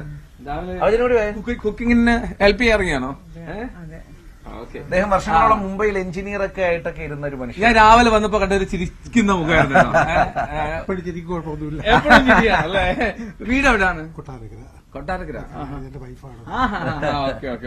ഗോപാലനല്ലേ? എന്നോട് വന്നപ്പോ തന്നെ പരിചയപ്പെട്ടിരുന്നു. അപ്പൊ ഞാൻ പണ്ട് വർക്ക് ചെയ്ത സ്ഥാപനത്തിലാണ്. ബന്ധുക്കളുണ്ടെന്ന് പറഞ്ഞു അല്ലേ? മരുമോള് വർക്ക് ചെയ്യുന്നു. ഓ, ശരി ശരി. എന്തോ ഇളയ? ഓ, ശരി. Okay, wife. അപ്പൊ എങ്ങനെയുണ്ട് ഇവിടെ വന്നിട്ടൊരു ഇഷ്ടപ്പെട്ടോ? രസമല്ലേ? എപ്പോഴും ഒറ്റയ്ക്ക് കുത്തിയിരിക്കുമ്പോഴത്തേക്ക് ഓരോ ചിന്തകളല്ല മനസ്സിനകത്തില്. ഇവിടെ വന്നപ്പോ എല്ലാരും ഫാമിലി പോലെ എല്ലാരും സന്തോഷമായിട്ട്. ആണല്ലേ? ദൈവമേ, എന്നെ പിടിച്ചൊരു കൂട്ടിലടയ്ക്കാൻ പോവുകയാണെന്നുള്ള ടെൻഷനിലാ വന്നതല്ലേ? നേരത്തെ വേറെ ഓടിച്ച് താമസിച്ചു. അപ്പൊ അവിടെ റൂമിനകത്ത് അടക്കി പുറത്തിറങ്ങാൻ പറ്റുന്നില്ലല്ലോ. ഇവിടെ ആകുമ്പോ ഒരു വീടിനെക്കെട്ട്, നമ്മുടെ വീടിനെക്കെട്ട് നല്ല വീട്. ഞാൻ ചോദിക്കായിരുന്നു, ഇവർക്ക് ഇവരുടെ അഡ്മിഷൻ പകുതി വെച്ചിട്ട് ബ്ലോക്ക് ആയി പോയി. നമുക്കിപ്പോ ചിലപ്പോ ഇവര് നേരത്തെ വിളിച്ച് പറഞ്ഞിരുന്നതാണ് നമുക്കൊരു മുറി വേണം എന്നൊക്കെ പറഞ്ഞിട്ട്, ഒരു കട്ടിൽ വേണം എന്നൊക്കെ പറഞ്ഞു. പക്ഷെ ഇവരുടെ കട്ടിലേക്ക് മിനിയാന്നൊരു ഫാമിലി വന്നു. ചില കേസുകൾ നമുക്ക് അങ്ങനെ ഒരു 4th സ്റ്റേജ് ഒക്കെ ആയിപ്പോയി. ഇപ്പൊ മറ്റ് സ്ഥാപനങ്ങളിൽ പലയിടത്തും ഈ 4th സ്റ്റേജ് ഒക്കെ ആയാലും അഡ്മിഷൻ കൊടുക്കത്തില്ല. അതൊരു വല്ലാത്തൊരു സ്റ്റേജ് ആണല്ലോ. നമ്മൾ പക്ഷെ അതിന് നമ്മൾ നന്ദൂരെ കണ്ടാണല്ലോ. അവനെ ഒരു സ്ഥാപനത്തിലേക്ക് അന്ന് എല്ലാവരും 2 കൈ നീട്ടി സ്വീകരിച്ച മനുഷ്യനാണ്. അപ്പൊ നമ്മളത് നോ പറഞ്ഞുവിടല്ലോ. അപ്പൊ അത്തരം സാഹചര്യങ്ങൾ വരുമ്പോൾ ഞങ്ങൾ അവർക്ക് ചിലപ്പോൾ പ്രിഫറൻസ് കൊടുക്കും. അപ്പൊ ഞങ്ങൾ അന്ന് അപ്പച്ചനെ വിളിച്ചിട്ടുണ്ടായിരുന്നു. എന്നിട്ട് ഇങ്ങനെ അവര് കയറിയെന്ന് പറഞ്ഞു. പക്ഷെ എന്തോ ഭാഗ്യം കൊണ്ട് അവര് പിറ്റേന്ന് തന്നെ ഡോക്ടർ അവിടെ അഡ്മിറ്റ് ചെയ്തു. അപ്പൊ അവരവിടെ സെറ്റിൽ ആയപ്പോഴാണ് ആ ഒഴിവിലേക്ക് ഭാഗ്യം. എത്ര പെട്ടെന്ന് അടിപൊളിയായിട്ട് തിരിച്ചു പോകണം കേട്ടോ. സെറ്റപ്പാണ്. 2 മാസത്തിനകത്ത് നമ്മളിവിടെ കുതിരക്കുട്ടിയായിട്ടു കലാഹൃദയാണെന്ന് തോന്നുന്നല്ലോ കണ്ടിട്ട്. ഇല്ലല്ലേ? ആസ്വദിക്കും. അതെ, അതാണ് ഏറ്റവും നല്ല. ഈ ഫിറോസിക്ക് തന്നെ റേഡിയോയിലും ബിഗ് ബോസ് ടിവിയിലൊക്കെ അതാ കണ്ടത്. ഞാൻ നിങ്ങളുടെ നീലച്ചൻ ഗ്രൂപ്പിനകത്തുണ്ട്, ഞങ്ങളുടെ ഗ്രൂപ്പിനകത്തുണ്ട് പുള്ളി. ഇത് അങ്ങനെയാണ് പുള്ളി വിളിക്കാൻ കാരണം. ആ ഫോൺ നമ്പർ നമ്മുടെ അത് കണ്ടതനുസരിച്ച് പാവങ്ങളെ ആൾക്കാര് എല്ലാ ആൾക്കാരെയും ഉൾക്കൊള്ളാനുള്ളൊരു മനസ്സ് പുള്ളിക്കുണ്ട്. ഞാൻ ചോദിക്കട്ടെ, ഈ കിടിലം എന്നുള്ള പേരൊക്കെ കേട്ടപ്പോ തോന്നിയോ ഇത് ആരൊരു കിടിലമാണെന്ന്? ഒരാള് വളരെ കിട്ടുന്നു കിടിലം കിടിലാണ്. ഈ പരിപാടി കൊള്ളാതെ എന്നെ തന്നെ നിർത്തി എന്തെങ്കിലും പൊക്കുന്നു. എന്നാ പിന്നെ ഞങ്ങൾക്ക് അങ്ങോട്ട് പോകും. ഇപ്പൊ ഉള്ള ആള് പ്രോസ്കാരില്ലയോ, അവളെ പുള്ളിയെ പൊക്കില്ല പിന്നെ ആരെ എനിക്ക് ശരിക്കും പേരറിയോ? ശരി പേരറിയോ? കിടിലം ഫിറോസ് മാത്രമല്ല, അതിന് കുറെ വാലൊക്കെ ഉണ്ടായിരുന്നു. കിടിലം പിന്നെ വന്നതാണ്. കിരണത്തിൽ പുള്ളി കിരണം ആള്. ഓക്കെ, അപ്പൊ നടക്കട്ടെ. കഴിച്ചില്ലല്ലോ? ഓക്കെ. ഇന്ന് എന്താണ് ബ്രേക്ക്ഫാസ്റ്റ്? ഇന്ന് ബ്രേക്ക്ഫാസ്റ്റ് എന്താണ്? ഉപ്പുമാവ്. അപ്പൊ ഹൈലൈറ്റ് ഇവിടെ ചീനിയാണ്. അമ്മയുടെ ചീനി എത്ര മണിക്കാ സെറ്റ് ആവുക? ഇപ്പൊ ഞങ്ങൾ ലൈവ് വരുമ്പോഴേക്കും ഞങ്ങൾക്ക് തരുമോ? Okay okay. അപ്പൊ നമ്മൾ ഈ വീട്, ഞാൻ പറയാം, ഈ സനാഥാലയം എന്ന് പറയുന്നത് ഒരു വീട് എന്നതിനപ്പുറം ഒരു സ്നേഹാലയാണ്. ഒരുപാട് രസമുള്ള കാഴ്ചകളൊക്കെ ഉണ്ട്. നമ്മളിനി എങ്ങോട്ടാ പോകുന്നത്? ഇതിലേ പോയി ചെരുപ്പിട്ട് അതിലേ വരാം. ശരി, നമ്മളപ്പം ഈ വീണ്ടും ഉള്ളിലേക്ക് ഞാൻ ഈ നടക്കുന്നതിന്റെ ഒരു കാര്യം ചോദിച്ചിട്ട്, ഈ ഇങ്ങനെ ഒരു ആശയം അല്ലെങ്കിൽ ഈ ഒരു സഹായിക്കണം, ഇത്തരം ഇടപെടൽ നടത്തണം എന്നുള്ളൊരു ചിന്തയൊക്കെ ജീവിതത്തിൽ എന്തെങ്കിലും അനുഭവം കൊണ്ട് വന്നതാണോ? അനുഭവം മാത്രമല്ല, ഇത് സത്യത്തിൽ നമ്മൾ ഈ പറഞ്ഞ പോലെ പിന്നെ എനിക്ക് ഭയങ്കര ഇഷ്ടമാണ് രാഘവ ലോറൻസിനെ. പുള്ളിയുടെ ഒരു പ്രവർത്തനങ്ങൾ, പുള്ളിയുടെ ഒരു സെലിബ്രിറ്റിഷിപ്പിനെ പുള്ളി യൂസ് ചെയ്യുന്ന രീതി എനിക്ക് ഭയങ്കര ഇഷ്ടമാണ്. പിന്നെ ലാലേട്ടനും മമ്മൂക്കയും ഒക്കെ നമ്മളെ സ്വാഭാവികമായിട്ടും സ്വാധീനിച്ചിട്ടുള്ള മനുഷ്യരാണല്ലേ. അപ്പൊ അവര് ചെയ്യുന്ന പ്രവർത്തനങ്ങൾ അറിഞ്ഞും അറിയാതെയും ഒളിഞ്ഞും തെളിഞ്ഞും ഒക്കെ ചെയ്യുന്ന പ്രവർത്തനങ്ങളെ കണ്ടു വളർന്നവരാണ്. പിന്നെ ഇതൊരു വയസ്സാകുന്ന സമയത്തൊക്കെ നമുക്ക് ചെയ്യണമെന്ന് ആഗ്രഹം ഉണ്ടായിരുന്നു. അപ്പോഴാണ് നമുക്ക് വളരെ പെട്ടെന്ന് ബിഗ് ബോസ് സംഭവിക്കുന്നത്. അതിന് മുമ്പ് ഞാൻ കുറച്ചാൾ ഖത്തറിൽ ജോലി. ഞാന് എന്റെ പ്രായത്തിൽ ഞാൻ റേഡിയോ തുടങ്ങിയിട്ട് ഇപ്പോൾ ഏകദേശം ഒരു 20 വർഷമാകും.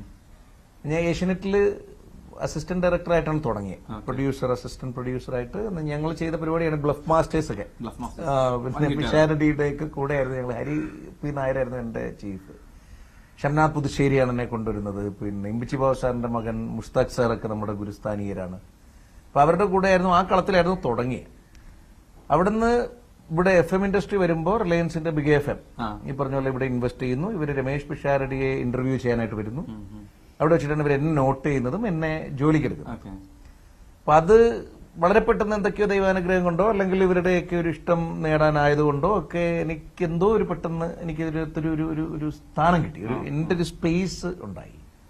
ആ സ്പേസിനെ പിന്നെ കൂട്ടിക്കുന്നതിനനുസരിച്ച് ശമ്പളവും കൂടി.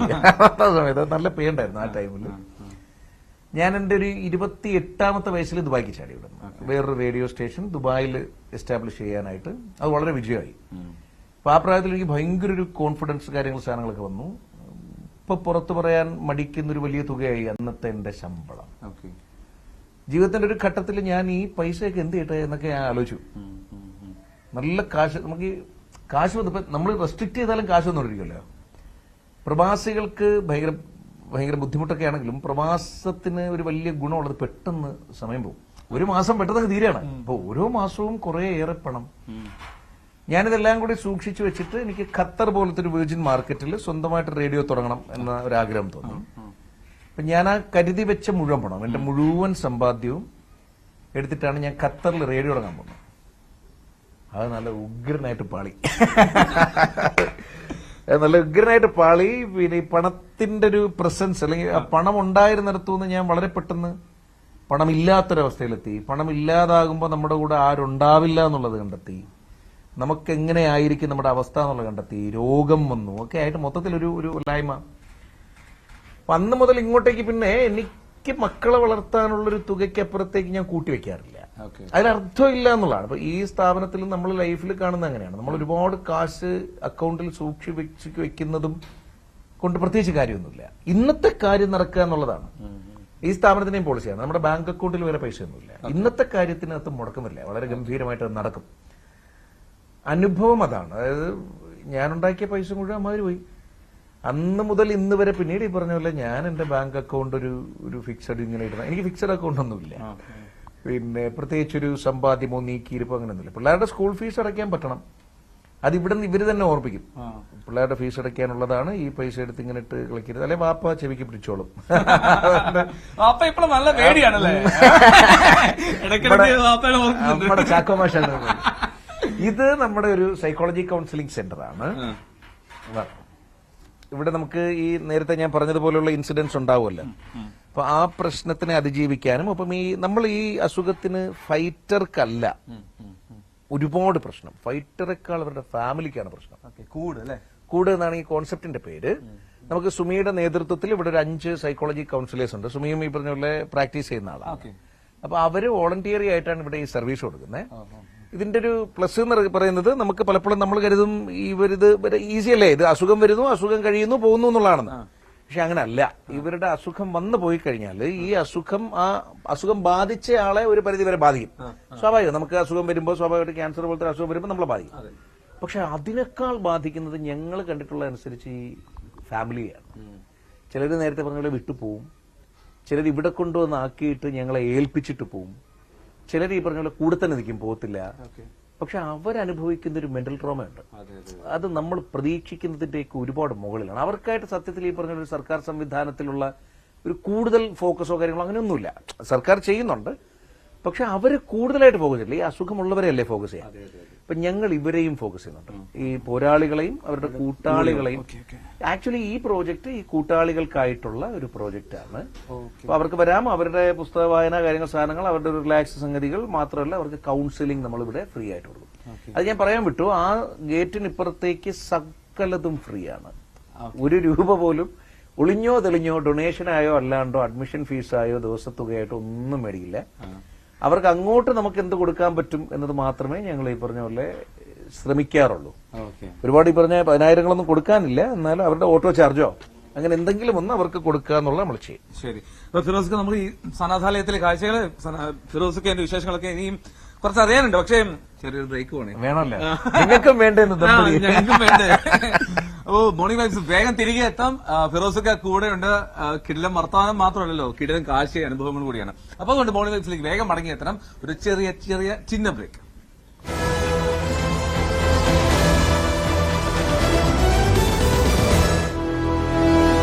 $5 ലക്ഷം രൂപ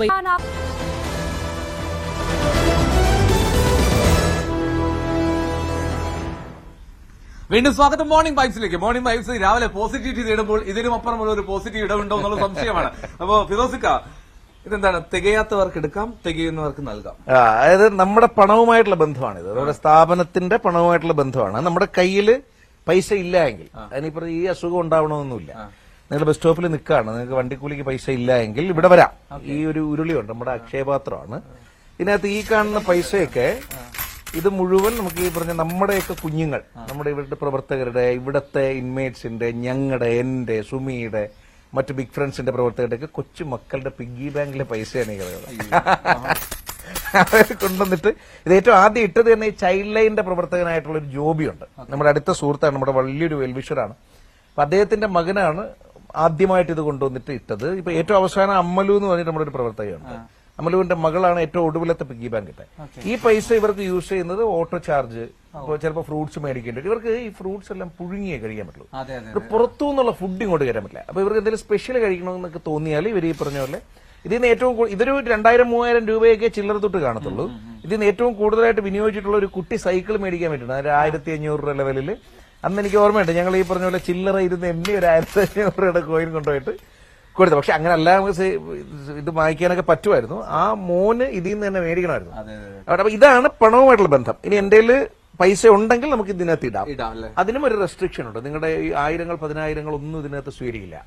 നിങ്ങളുടെ കയ്യിലുള്ള ചില്ലറ എന്താണോ, ചില്ലറ തൊട്ട് മാത്രമേ ഇതിനകത്ത് സ്വീകരിക്കുള്ളൂ. അതിന്റെ ആവശ്യമുള്ളൂ. മനസ്സിലായി. ഒന്ന് കുറച്ച് ഓ, ക്യാമറയും കൊണ്ട് നടക്കുന്ന പാവപ്പെട്ട സന്തോഷമായിട്ട് അപ്പൊ അങ്ങനെയാണ്. ഇനി ഞാൻ കുറച്ച് മറ്റു കാര്യങ്ങൾ ചോദിക്കട്ടെ, സനാഥാലയം വിട്ടിട്ട്.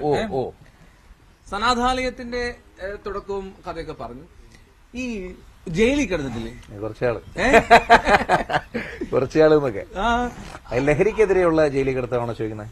അല്ലല്ല, അതിനു മുമ്പ് ജീവിതത്തിലുണ്ടായ ഇൻസിഡന്റ് എന്ന് പറയുന്നത് മറ്റേ എനിക്ക് പലപ്പോഴും ഉണ്ടായിട്ടുള്ള മറ്റു ഭയങ്കര സിനിമാറ്റിക് അനുഭവങ്ങളൊക്കെയാണ്. ഞാൻ പോലും പ്രതീക്ഷിക്കാത്ത, അത് കോളേജിൽ ഒരു അടിപിടി കേസൊക്കെ ആയിട്ട് ബന്ധപ്പെട്ടിട്ട് നമ്മുടെ ഒരു അടുത്ത സുഹൃത്ത് ഈ കേസിൽ ചെന്ന് പെട്ടു. അപ്പൊ അതില് നമുക്ക് അന്നേ ഈ പ്രശ്നം ഉണ്ടെന്ന് തോന്നുന്നു. എല്ലാരും പോയി കൈ തോളത്ത് കൈയിടാ. ഞാൻ പോയി തോളത്ത് കൈയിട്ടു. പിന്നെ ഞാനും കൂട്ടുകാരനും കൂടെ ഒരുമിച്ച് അങ്ങകത്ത് പോയി കുറച്ചാള്. അത് പക്ഷേ എന്റെ ജ്യേഷ്ഠനാണ് റഹീം. അപ്പൊ അദ്ദേഹം നമുക്ക് എന്നും വഴികാട്ടിയാണ്. അദ്ദേഹം എന്നും ഈ പറഞ്ഞ പോലെ ഏറ്റവും പ്രിയപ്പെട്ട സഹോദരനാണ്, വലിയപ്പട മോനാണ്. അപ്പോ അദ്ദേഹം ആ സമയത്ത് ഇടപെട്ടിട്ടത് വളരെ പെട്ടെന്ന് തന്നെ കഴിഞ്ഞു. പിന്നെ ഡെയിലി പോയി ഒപ്പിട്ടാണ്. എനിക്ക് എക്സാം ഒക്കെ നടന്നത്, ഞാൻ നന്നായിട്ട് പഠിക്കുമായിരുന്നു ആ സമയത്തൊക്കെ. പിന്നെ എക്സാമിന്റെ ടൈമിലാണ് അവര് പൊക്കുന്നതും അകത്താക്കുന്നതൊക്കെ. അടിപിടി കേസൊക്കെ ആയതുകൊണ്ട് തന്നെ അന്ന് സർക്കാരും ഒക്കെ വേറെ ആയിരുന്നു. തിരിച്ചിറങ്ങിയപ്പോഴേക്ക് പറഞ്ഞ പോലെ പിന്നെ ആ സമയത്തേക്ക് ഇവര് പോലീസുകാരൊക്കെ സഹായിച്ചു കേട്ടോ. എനിക്ക് അകത്തൊക്കെ നല്ല പുസ്തകമൊക്കെ കൊണ്ടുവന്ന് വായിക്കാനും പഠിക്കാനും ഒക്കെ ആയിട്ട് സഹായിച്ചു. നേരെ ഇങ്ങനെ പരീക്ഷയ്ക്കാണ് പോയത്. അന്നൊരു CI കാസിം സാർ ഉണ്ടായിരുന്നു. ഇപ്പൊ അദ്ദേഹം എവിടെയാണെന്ന് എനിക്കറിയില്ല. പക്ഷെ അദ്ദേഹം ലൈഫിൽ ഭയങ്കരമായിട്ട് എന്നെ സഹായിച്ചിട്ടുള്ള ഒരാളാണ്. എക്സാമിന് ജയിലിലിരുന്ന് പഠിച്ച ആളാണ് ഞാനതൊക്കെ. സിനിമയാക്കാനുള്ള കഥയുണ്ട്, രസമാണ്. പിന്നെ അങ്ങനെയുള്ള ചില കാര്യങ്ങളൊക്കെ നമുക്ക് ഈ പറഞ്ഞ പോലെ അന്ന് സംഭവിച്ച് അന്ന് അതിലൂടെ കടന്നു പോയത് കൊണ്ട് തന്നെ പിന്നീട് അതിന്റെ ഒരു എനിക്ക് ജയിലെന്നൊന്നും കേട്ടാൽ അങ്ങനെ വലിയൊരു ഭയങ്കര ഒരു മോശം ഭയങ്കര പോസിറ്റീവാണ് ജയില് ഒരു അർത്ഥത്തിൽ. എനിക്കിവിടെ പരിചയപ്പെടാനായ വലിയ കൊടും കുറ്റവാളികളൊക്കെ പുസ്തകം വായിക്കുന്ന ശീലമുള്ള ജയിലെന്ന് പറഞ്ഞാൽ ചെല്ലുമ്പോ നടയടി, പിന്നെ കൊടും ഭീകരന്മാര്. ഞാൻ കോളേജിൽ പഠിക്കുന്ന പ്രായമായിരുന്നു. അപ്പൊ എനിക്ക് അങ്ങനെയൊന്നും ഉള്ള പ്രശ്നങ്ങളൊന്നും ഉണ്ടായിരുന്നില്ല. പിന്നെ വലിയ കൊലപാതകം ക്രിമിനൽ അമ്മാരുള്ളവരെയും നമുക്ക് അതിനകത്ത് കാണാൻ പറ്റിയിട്ടില്ല. നമ്മൾ ഈ മറ്റേ രാഷ്ട്രീയ കേസ് അടിപിടി അക്രമ കൊച്ചു കേസിലൊക്കെ ഉള്ള ആൾക്കാരെയാണ് ഞാൻ പരിചയപ്പെട്ടത്. പക്ഷെ ഇവരൊക്കെ ഒരാഴ്ച രണ്ടാഴ്ച കഴിയുമ്പോൾ വേറെ ഒന്നും ചെയ്യാനില്ലല്ലോ. അപ്പൊ ഇരുന്ന് വായിക്കും, പുസ്തകം വായിക്കും. ഞാൻ കുട്ടികളെ വായിക്കും. അപ്പൊ എനിക്ക് ജയിൽ എന്ന് പറയുന്നത് കുറച്ചുകൂടി പറഞ്ഞാൽ എഴുത്തിനും വായനയ്ക്കും ഒക്കെ എന്റെ ഹാൻഡ് റൈറ്റിംഗ് നല്ലതാണെന്ന് പറഞ്ഞ് എന്നെ പിടിച്ച് മാസ്റ്റർ ഇരുത്തായിരുന്നു. അതൊക്കെയാണ് എനിക്ക് ജയിൽ ഓർമ്മകൾ. മറ്റേ എനിക്ക് മറ്റേ അതല്ലെങ്കിൽ അത്തരത്തിൽ മോശമായിട്ടുള്ള അനുഭവങ്ങളെ ഞാൻ അങ്ങനെ മോശമായിട്ട് എടുക്കാറില്ല എന്ന് തോന്നുന്നു. പോസിറ്റീവ് ആണല്ലോ മൊത്തത്തിൽ. നമുക്ക് ഈ പറഞ്ഞ പോലെ ഫുഡ് എങ്ങനെ ഉണ്ടായിരുന്നു? എനിക്കങ്ങനെ ഇപ്പോഴത്തെയാണ് മറ്റേ ഇതൊക്കെ വരുന്നത്. ഏതാ മറ്റേ മട്ടൺ ആഴ്ചയില് ഞാൻ ആ കിടക്കുന്ന ടൈമിലൊന്നും അങ്ങനത്തെ ഒരു വിഷയമൊന്നും അങ്ങനെ ഒരു പ്രത്യേക ബുക്ക്. പക്ഷെ എനിക്ക് അത്യാവശ്യം മോഹൻ സാറായിരുന്നു നമ്മുടെ ആ സമയത്തെ SI. അദ്ദേഹത്തിന്റെ മോളൊരു ലക്ഷ്മിയായിരുന്നു. പിന്നെ അദ്ദേഹത്തിന് ഈസ്റ്റ് ഫോർട്ട് പോലീസ് സ്റ്റേഷനാണ്. അപ്പൊ പുള്ളിക്കാരന് വേണ്ടിയിട്ട് എല്ലാ ദിവസവും ടിഫിൻ കൊണ്ടുവരായിരുന്നു. അപ്പൊ ഈ മോളെ ഞാൻ കമ്പനി ആയല്ലോ, എല്ലാ ദിവസവും വരികയാണല്ലോ. അപ്പൊ ഞാനിരുന്ന് മാസ്റ്റർ ചെയ്തല്ലേ. പിന്നെ ലക്ഷ്മി എനിക്കും കൂടെ ടിഫിൻ കൊണ്ടുവരുന്നു. അതുകൊണ്ട് എനിക്ക് അവിടെ ഭക്ഷണത്തിനൊന്നും മുട്ടില്ലായിരുന്നു. ഇത് നേരത്തെ പറഞ്ഞ CI കാസിം സാറും ഒക്കെ ഇടയ്ക്ക് എനിക്ക് ചായ വട, അതായത് ഞാൻ കുടുങ്ങിപ്പോയതാണെന്ന് അവർക്കറിയാം, എനിക്ക് പഠിക്കുന്ന പ്രായമാണെന്നറിയാം. പക്ഷെ അതിനൊരു അഡ്ജസ്റ്റ്മെന്റ് വേണം. ഈ മറ്റേ ആക്രമിക്കപ്പെട്ട ടീമുമായിട്ട് ഒരു കോംപ്രമൈസ് വേണം. അപ്പൊ അവരതിന്റെ വക്കീൽ അതിങ്ങനെ ഇഴച്ചു. അപ്പൊ അതൊന്ന് സെറ്റായി വരുന്നത് വരെ ഉള്ള താമസമായിരുന്നു. അതുകൊണ്ട് തന്നെ എനിക്ക് ഭയങ്കര പോസിറ്റീവാണ് ജയില്. ഇനി ജയിൽ എപ്പിസോഡ്, ഇനി കല്യാണം. എന്താ നിങ്ങള് പിന്നെ ശരിക്കും അതാ സിനിമയ്ക്കുള്ള വകുപ്പുണ്ടെന്ന് പറഞ്ഞത്. 20ാമത്തെ വയസ്സിൽ കെട്ടിയല്ലേ? പാവപ്പെട്ട ചേച്ചിക്ക് 18 വയസ്സും. 18 വയസ്സ് തികഞ്ഞു. അതും ഈ പറഞ്ഞ പോലെ വളരെ യാദൃശ്ചികമായിട്ട് സംഭവിച്ചാണ്. ഞങ്ങളങ്ങനെ കല്യാണം കഴിക്കണം അല്ലെങ്കിൽ പ്രണയമിഥുനങ്ങൾ അങ്ങനെയൊന്നുമല്ലായിരുന്നു. അമ്മുനെ സംബന്ധിച്ച് അമ്മു ഒരു ദിവസം രാവിലെ ഇവിടെ മെഡിക്കൽ കോളേജിൽ പാരാമെഡിക്കൽ കോഴ്സ്, അതും റഹീമിക്കായോട് ചോദിച്ചിട്ടുണ്ട്. ഞാൻ എന്റെ ലൈഫിലെ പ്രധാന കാര്യങ്ങൾക്കൊക്കെ വിളിക്കുന്ന ഒരേ ഒരു വ്യക്തിയാണ് അദ്ദേഹം. അന്ന് പുള്ളി പറഞ്ഞ പോലെ ഇസ്ലാമിക് ഹിസ്റ്ററി എന്തോ പഠിച്ചുകൊണ്ടിരിക്കുന്നതേ ഉള്ളൂ. ഞാൻ ഡിഗ്രി അങ്ങോട്ട് കഴിഞ്ഞിറങ്ങിയ ഞാൻ PG കഴിഞ്ഞിറങ്ങിയ പ്രായം. അദ്ദേഹം ആ സമയത്ത് ജേർണലിസത്തിന് എന്തോ കയറി അല്ല മറ്റേ ഇവിടെ കയറി പേരൂർക്കട നിയമവിദ്യാർത്ഥിയായിട്ട് അദ്ദേഹത്തിന്റെ പഠനം തുടങ്ങിയ സമയം. അപ്പൊ ഞാൻ അദ്ദേഹത്തിനോട് ചോദിച്ചു, അമ്മൂന് ഒരു കോഴ്സ് ചെയ്യണം. അപ്പൊ പാരാമെഡിക്കൽ കോഴ്സ് ഇഷ്ടമാണ് അവൾക്ക് മെഡിക്കൽ കോളേജിൽ. അത് ചെയ്ത് അപ്പൊ പുള്ളി എന്നെ പറഞ്ഞു, നീ ഒരു കാര്യം ചെയ്യും, ഫോം വാങ്ങിച്ചോണ്ടിട്ട്. ഇപ്പൊ ഫോം വാങ്ങി ഇടാൻ വേണ്ടിട്ട് ഞാനും അമ്മുമായിട്ട് അന്നത്തെ ദിവസം രാവിലെ ഇറങ്ങിയതാണ്. ഈ ആശാത്തിക്ക് ഒരു കുഴപ്പമുണ്ട്, ഈ പ്രഷറിന്റെ വിഷയം, മറ്റേ BP. ഇത് പോയി മെഡിക്കൽ കോളേജിൽ പോയി അവിടെ ആ തിരക്ക് അതെല്ലാം കൂടെ കഴിഞ്ഞ് ഇതെല്ലാം കൂടി ഇട്ടിട്ട് വന്നപ്പോ ഈ ആശാത്തി ബോധം കിട്ടുള്ളൂ. രാവിലെ ബ്രേക്ക്ഫാസ്റ്റ് കഴിക്കാതാണ് ഇറങ്ങിയത്. ഒരു ട്രിപ്പ് ഇട്ട് അപ്പൊ ഞാൻ അടുത്ത് ജൂബിലി ഹോസ്പിറ്റലിൽ കൊണ്ട്, എന്റെ ഒരു ഫ്രണ്ടും കൂടെ ഉണ്ടായിരുന്നു. ജൂബിലി ഹോസ്പിറ്റലിൽ കൊണ്ടുപോയി ഒരു ട്രിപ്പ് കഴിഞ്ഞു, 2.5 മണിക്കൂർ. ഇവിടെ എഴുന്നേക്കുന്നില്ല. 2ാമത്തെ ട്രിപ്പ് കഴിഞ്ഞു, കണ്ണ് ചെറുതായിട്ട് തുറന്നു, എന്നിട്ട് പിന്നെയും മയങ്ങി. 3ാമത്തെ ട്രിപ്പും കൂടെ കഴിഞ്ഞപ്പോഴേക്ക് സന്ധ്യയായി. അതുവരെ വീട്ടിൽ അറിയിച്ചില്ല. അന്ന് നമ്മളിപ്പോ കാണുന്ന പോലെ മൊബൈൽ ഫോണൊന്നുമില്ല. ഞാൻ ഈ പറയുന്ന 20 വർഷം മുമ്പത്തെ കഥയാണ്.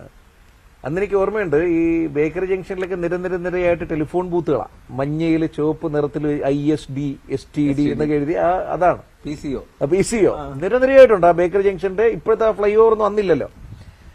അപ്പൊ അവിടെ ജൂബിലി ഹോസ്പിറ്റൽ എന്ന് പറയുന്നത് അതിന്റെ അവിടെ. അപ്പൊ രാത്രിയിൽ ഇവളുമായിട്ട് ഇറങ്ങിയിട്ട് ഇവള് ആദ്യം ബോധം വീണപ്പോ എന്നോട് ചോദിച്ചത് എനിക്കൊരു മസാല ദോശ മേടിച്ചു തരുമെന്നുള്ളത്. അപ്പൊ ഞങ്ങൾ ഭയങ്കര സുഹൃത്തുക്കളാണ്, തിക് ഫ്രണ്ട്സ് ആണ്. അവൾക്കൊരു ജോലി അവൾക്കൊരു പഠനം കാര്യങ്ങളൊക്കെയാണ് നമ്മുടെ പ്ലാൻ. അപ്പോ വൈകുന്നേരമായി വീട്ടിലേക്ക് വിളിക്കാൻ. മൊബൈൽ ഫോൺ ഇല്ലാത്ത കാലം, അല്ലെങ്കിൽ നമ്മുടെ കയ്യിൽ മൊബൈൽ ഫോൺ ഇല്ലാത്തതുകൊണ്ട് തമ്മിൽ പരസ്പരം ഇവർക്ക് വിളിക്കാനും പറ്റില്ല. അപ്പൊ അവിടെ നാട്ടിൽ ഓൾറെഡി കഥയും കാര്യങ്ങളൊക്കെ വന്നു. അത് എന്റെ പേര് വെച്ച് തന്നെ വന്നു. രാവിലെ നമ്മളെ മെഡിക്കൽ കോളേജിൽ വെച്ച് കണ്ട ആരോ ഉണ്ട്, ഇന്ന കേസിനാണെന്നും അവർക്ക് അറിയണ്ടല്ലോ. ഒരു കേസായി വലിയതായി. അപ്പൊ ഞാൻ വാപ്പ വിളിച്ചു, നമ്മുടെ ചാക്കോ മാഷ്. അപ്പൊ വിളിച്ചപ്പോ എന്നെ ആദ്യം കുറെ ചീത്ത വിളിച്ചു, നീ എന്തുവാടേ ഇതിങ്ങനെ മറ്റേ മുറിച്ച് ആനച്ചേരാ. 20 വയസ്സല്ലേ? അപ്പൊ ഞാൻ പറഞ്ഞ സംഗതി ഇതൊക്കെയാണ്. ഇപ്പൊ ഞാൻ എന്ത് ചെയ്യണം? ഈ കുട്ടിയെ അവര് വീട്ടിലോട്ട് ഇങ്ങനെയാണ് അവർ വിചാരിച്ചു വെച്ചിരിക്കുന്നത്. അപ്പൊ കുട്ടിയെ ഇവിടെ കളഞ്ഞിട്ട് പോകാൻ പറ്റത്തില്ലല്ലോ. പക്ഷെ എന്റെ വേറെ അടുത്ത ബന്ധുക്കളൊക്കെ പലരും പറഞ്ഞു, ഇത് നീ ചെന്ന് ചാടുന്നതാണ്, നീ അവിടെ നൂര്, ആ കുട്ടി ആരെങ്കിലും ഒന്നും ഉണ്ടോളൂ. പക്ഷെ എന്റെ വാപ്പ പറഞ്ഞു, അവിടെ ഏതെങ്കിലും ഒരു ഹോട്ടലിൽ കയറി ഇരുന്ന് ചായയോ ജ്യൂസോ കുടിച്ചോണ്ടിരിക്കുക, ഒരു അരമണിക്കൂറിൽ വണ്ടി വരും എന്ന് പറഞ്ഞു. വാപ്പ ഒരു ജീപ്പ് ഉണ്ടായിരുന്നു, അല്ലേ സിനിമാറ്റിക്കാണ് കംപ്ലീറ്റ്. വാപ്പയുടെ ജീപ്പ് ഒരു അരമണിക്കൂറിനകത്ത്.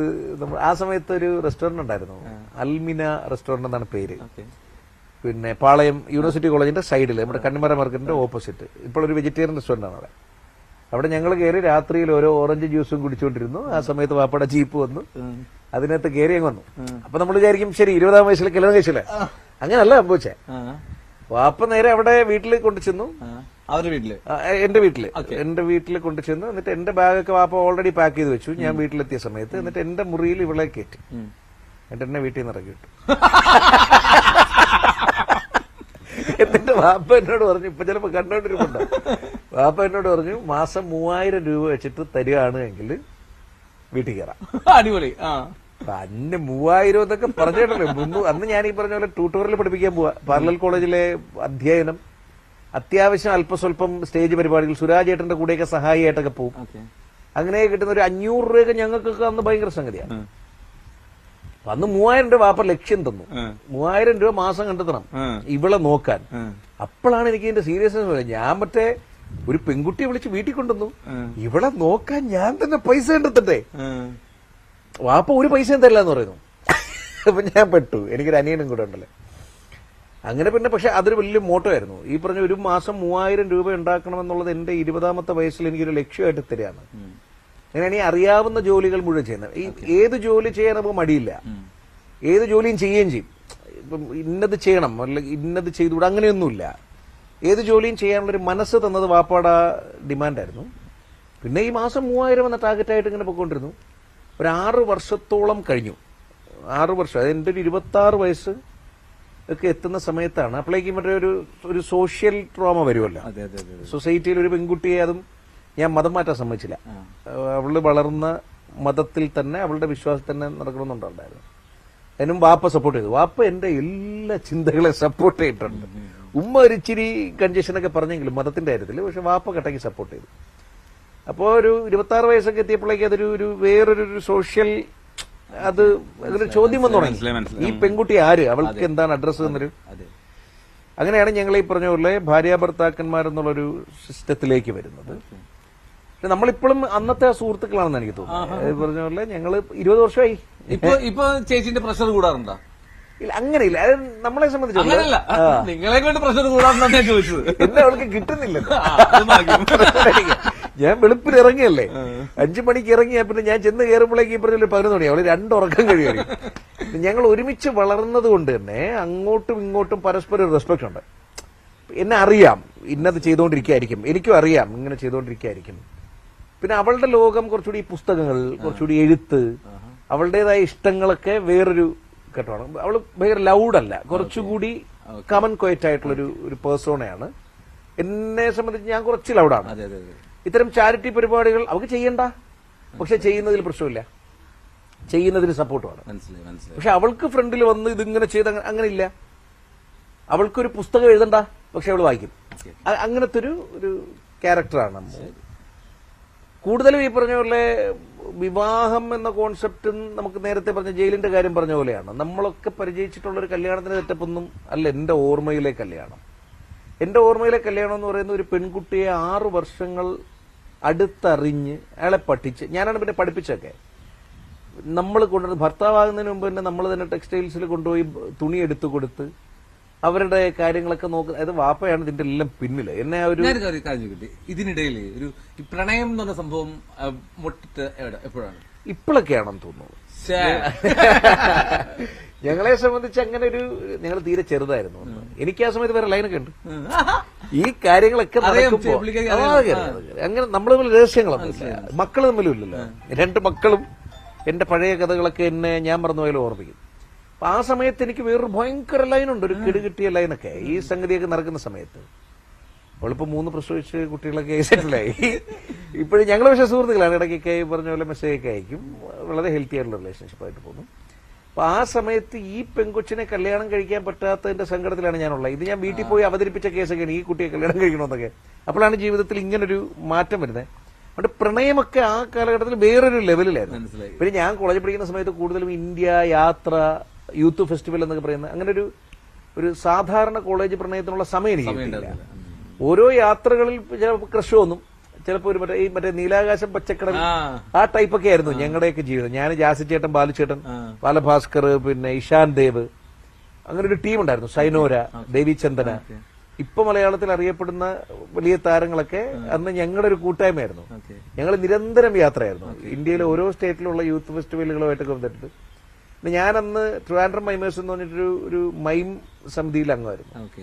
അപ്പൊ അതുകൊണ്ട് തന്നെ എനിക്ക് ഓൾ ഓവർ ഇന്ത്യ മൈമിന്റെ ഒരു പ്രചാരകനാകാനൊക്കെയുള്ള ഒരു ഭാഗ്യം ഉണ്ടായിരുന്നു. അതുകൊണ്ട് ആ സമയത്ത് കൂടുതലും യാത്രകളോടായിരുന്നു പ്രണയം. യഥാർത്ഥ മറ്റേ ആ മധൂർന്ന പ്രണയം എന്നും പറയുന്ന സാധനത്തിലേക്ക് നമുക്ക് ആ ടൈമിൽ വരാൻ പറ്റില്ല. വേറെയായിരുന്നു ലക്ഷ്യങ്ങളൊക്കെ, വേറെയായിരുന്നു, വേറെ ഒരു ലൈനിലായിരുന്നു യാത്ര. നമ്മുടെ ഉദ്ദേശം നാടകമായിരുന്നു. പാരീസ്, അവിടത്തെ ഒരു നാടക വേദി, ലോകത്തിന്റെ നെറുക എന്നൊക്കെ പറയുന്നതായിരുന്നു. അപ്പോഴാണ് ഇത് സംഭവിക്കുന്നത്, ഈ ജീവിതത്തിലേക്ക് ഒരു പെൺകുട്ടി വരുന്നത്. അപ്പൊ ആ സ്വപ്നം അവിടെ നിന്ന് മാറി. പക്ഷെ ആ സ്വപ്നം നടക്കുന്നില്ല എന്ന് തോന്നിയെടുത്തു എന്നാണ് തോന്നുന്നു എന്റെ മീഡിയ സ്വപ്നം അമ്മു സെറ്റ് ചെയ്തത്. അതായത് എനിക്ക് ജോലിക്ക് ഞാൻ അപ്ലൈ ചെയ്തില്ല. ഏഷ്യാനെറ്റിൽ ഇങ്ങനെ ഒരു ഒഴിവുണ്ടെന്ന് പറഞ്ഞ് വിളിച്ചപ്പോ ഞാൻ അറിയാതെ അവള് തന്നെ കൊടുത്താ. ആ ഇന്റർവ്യൂവിന് ഞാൻ പോയില്ല. ഞാൻ എനിക്കിന്ന് ട്യൂട്ടറിൽ ക്ലാസ് പഠിപ്പിക്കാനുണ്ടായിരുന്നു. പക്ഷെ എന്നെ ഇവള് പറഞ്ഞു വിട്ടതാ. അപ്പൊ അതവിടെ ബാലൻസ് ആയി. പാരീസ് നമുക്ക് ഇനിയും പോലോ, പിന്നെ നാടക ജീവിതമേ നാടകം. പിന്നെ അതുകൊണ്ട് അവിടെ എത്താൻ അതൊരു പ്രശ്നമല്ല. ഞാൻ ഇപ്പൊ അത് ഇട്ടിട്ടുണ്ട്, ഒരു ഏജ് ഇട്ടിട്ടുണ്ട്. അങ്ങോട്ട് ആ സമയം പോവാം, കുറച്ചുകൂടിയൊക്കെ ജീവിക്കട്ടെ. അതെ അതെ. ഈ ഒരുപാട് കഥകൾ ഇങ്ങനെ വന്നുകൊണ്ടേയിരിക്കുന്നു. ഈ പറഞ്ഞ പോലെ ഞാനൊന്ന് ചോദിക്കണ്ട, ഇങ്ങോട്ട് തന്നെ പറയുന്നില്ല. അതുകൊണ്ട് എനിക്ക് വലിയ ടെൻഷനില്ല. എന്നാലും ഒരു ചെറിയ ഇടവേളയിലേക്ക് പോവുകയാണ് മോർണിംഗ് വൈബ്സ്. കാരണം ബ്രേക്ക് അനിവാര്യമാണ്. സോ ഒരു ചിന്ന ഇടവേള, വേഗം തിരികെ എത്താം കിടിലം ഫിറോസിലേക്ക്, കിടിലം വിശേഷങ്ങളിലേക്ക്.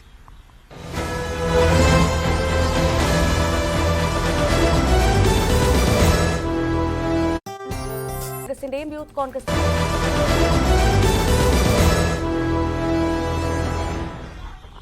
ഓക്കെ, വീണ്ടും മോർണിംഗ് വൈബ്സിലേക്ക് സ്വാഗതം. മോർണിംഗ് വൈബ്സ് രാവിലെ ഞാൻ പറഞ്ഞല്ലോ, നമ്മൾ കിടിലം ഫിറോസിന്റെ കൂടെയാണ്. അപ്പൊ ഫിറോസിക്ക, ഈ അടിപൊളി ഫിറോസിക്കാണ് കിട്ടുന്നതിന് കിടിലം ഫിറോസിക്ക അതിൽ ഈ രക്തത്തിൽ എനിക്ക് പങ്കില്ല. ഞങ്ങൾ അന്ന് റേഡിയോ തുടങ്ങുന്ന സമയത്തെ സ്വാഭാവികമായിട്ടും നമുക്ക് റേഡിയോ ആണല്ലോ, അപ്പൊ നമുക്കൊരു വിഷ്വൽ സപ്പോർട്ട് ഇല്ല. അപ്പൊ നിങ്ങളെ സംബന്ധിച്ച് പിന്നെ ടിവിയുടെ ഒരു മീഡിയ പറഞ്ഞ ക്യാമറ പോലെയൊക്കെയുള്ള സാധനമുണ്ട്. റേഡിയോയെ സംബന്ധിച്ചൊരു വിഷ്വൽ സപ്പോർട്ട് ഇല്ല. അപ്പൊ ഞങ്ങൾ നിർബന്ധിതരാണ് ഇവരുടെ മനസ്സിൽ നിങ്ങൾ രജിസ്റ്റർ ചെയ്യപ്പെടണം. രജിസ്റ്റർ ചെയ്യപ്പെടണം. വേറെ ഓപ്ഷൻ ഇല്ല നമ്മുടെ മുമ്പിൽ. അതിനൊന്നുകിൽ നമ്മുടെ പേരിന് എന്തെങ്കിലും പ്രത്യേകത. ബിഗ് എഫ്എമ്മിനെ സംബന്ധിച്ച് നമ്മളൊരു നാഷണൽ പ്ലെയർ ആണ്. അക്രോസ് ദ കൺട്രി 61 സ്റ്റേഷൻസ് ഉണ്ട്. ഇന്ത്യയിലെ ഏറ്റവും വലിയ റേഡിയോ നെറ്റ്വർക്ക്. അപ്പൊ ഞങ്ങൾക്കൊരു വ്യവസ്ഥാപിതമായിട്ടുള്ളൊരു രീതിയുണ്ട്. നമുക്ക് റോക്ക് സ്റ്റാർ രോഹിത് ഉണ്ട്, റാപ്പിഡ് രശ്മി ഉണ്ട്, ഭട്ട്ഭട്ട് പടാക്കെ ശ്രുതി ഉണ്ട്. ഇത് ഇവരുടെ ഒരു സംസാര രീതി, അവരുടെ ഒരു ജീവിത രീതിയൊക്കെ വെച്ചിട്ടാണ് ഈ പേര് വരിക. നോൺ സ്റ്റോപ്പായി സംസാരിക്കുന്ന ഒരാൾ നോൺ സ്റ്റോപ്പ് നിത, പിന്നെ അടിപൊളിയായി സംസാരിക്കുന്ന ഒരാൾ അടിപൊളി നിതിൻ എന്നൊക്കെ പറയുന്നത് പോലെ. ഇടപെട്ട് അതായത് എന്റെ പേര് എൽദോ പോൾ പുതുശ്ശേരിയാണ്. ഇത്രയും തന്നെ കണ്ടല്ലോ ഈ ബിഗ് എഫ്എമ്മിലെ പ്രോഗ്രാം ഹെഡല്ലേ, എനിക്ക് എന്ത് പേരാണ്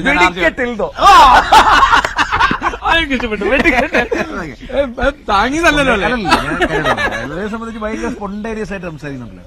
അപ്പൊ ആ സമയത്ത് ഞാൻ ഈ സംസാരിക്കുന്നതിന്റെ ഇടയിലൊക്കെ കിടിലം കിടിലം എന്ന് ഇടയ്ക്കിടയ്ക്ക് പറയുമായിരുന്നു. നമ്മൾ അന്നത്തെ സമയത്ത് അടിപൊളി എന്ന് ഇപ്പോഴത്തെ ഒരു പകരം അന്ന് ഞങ്ങളുടെ ആ ജനറേഷനിൽ ഉണ്ടായിരുന്ന കിടിലം എന്നുള്ളത്, കിടിലം ഷർട്ട്, ആ ഒരു കിടിലം ഇടയ്ക്കിടയ്ക്ക് പറയുമായിരുന്നു. അങ്ങനെ കയറിക്കൂടിയതാണ് ഈ സാധനം. പിന്നെ അതൊരു റെസ്പോൺസിബിലിറ്റി ആയി. പറഞ്ഞ പോലെ കിടിലൊന്ന് പേരുമായി പോയി, ഇത് എന്തെങ്കിലുമൊക്കെ ചെയ്യണ്ടേ എന്നുള്ളതായി പോയതാണ് ആ കിടിലത്തിന്റെ ഹിസ്റ്ററി. ഇതിന്റെ പേരെന്താ? ഇലുമ്പുളിയാണ്. ഇവിടെ വേറെ എന്ത് പേരാ പറയുന്നത്? ഞാൻ അതാ ചോദിക്കാൻ. എന്റെ നാട്ടിലെ പുളിഞ്ചിക്ക. ഞങ്ങൾ തിരുവനന്തപുരത്ത് അങ്ങനെ പറയും. ഇതിട്ട മീൻകറിയാണ് ഇപ്പൊ അവിടെ തയ്യാറായിക്കൊണ്ടിരിക്കുന്നത്. ഇവിടെ അച്ചാറൊക്കെ ഇവിടെ നിന്നാണ്. എരുമ്പുളി എന്ന് പറയാം. ഞാൻ ഇവിടെ 2-3 ഫ്രണ്ട്സ് ഇങ്ങനെ വേറെ എന്തോ പേര് പറഞ്ഞപ്പോ ഇത് രസമുള്ളൊരു സ്ഥലമാണ്, കിളികളാണ് മൊത്തം. ഇതാണ് ഉള്ളിലേക്ക് vibe. കയറാം. ഇതുവരെ കണ്ടതൊക്കെ ചെറുത് വൈബിലോട്ട് കയറാണ്. കയറാം. കേറിയോ? അപ്പൊ ആദ്യം ഞാൻ തുറന്നുതരാം. ആ. അതിന്റെ ഉള്ളിൽ ഒരുപാട് ഇത് കിളികളുണ്ട്. തുറക്കുമ്പോ ഇത് അത് പറന്നു അടയ്ക്കും. പോകില്ലോ അല്ലേ? ഇല്ല. ഈ കിളി പറന്നു പോയിട്ട് പിന്നെ ഞാൻ തുറന്നു എന്ന് ഞാൻ പറഞ്ഞേക്കാം. ഇത് തുറക്കുമ്പോ അത് അടച്ചാ മതി. Okay, done done. അപ്പൊ കുറച്ച് മുന്നോട്ട് പോട്ടെ. ക്യാമറ കയറ്റി വിടാം. മുന്നോട്ട് പോട്ടെ, മുന്നോട്ട് പോട്ടെ. ഓക്കെ, ഇനി അദ്ദേഹത്തിനെ ഇവിടെ കയറ്റിയിട്ട് ധൈര്യമായിട്ട് കയറിക്കോ. ഇവിടെ നമുക്ക് പാലിയേറ്റീവ് ആയിട്ടുള്ള മനുഷ്യരുണ്ട്. നമ്മളിപ്പോ കണ്ട ഹെൽത്തി ആയിട്ടുള്ളൊരു അവസ്ഥയല്ലാത്ത ഒരു 4th സ്റ്റേജിൽ വരുന്ന മനുഷ്യരുണ്ട്. അവർ നമ്മൾ ഈ പറഞ്ഞ പോലെ പുറത്തധികം അവരെ കാണിക്കത്തില്ല. അപ്പൊ അവർക്ക് സ്ട്രെച്ചറോട് കൂടി അല്ലെ വീൽ ചെയറോട് കൂടി വന്ന് കയറാൻ പറ്റുന്ന രീതിയിലാണ് നമ്മൾ ഇത് പ്രതീക്ഷിച്ചില്ല.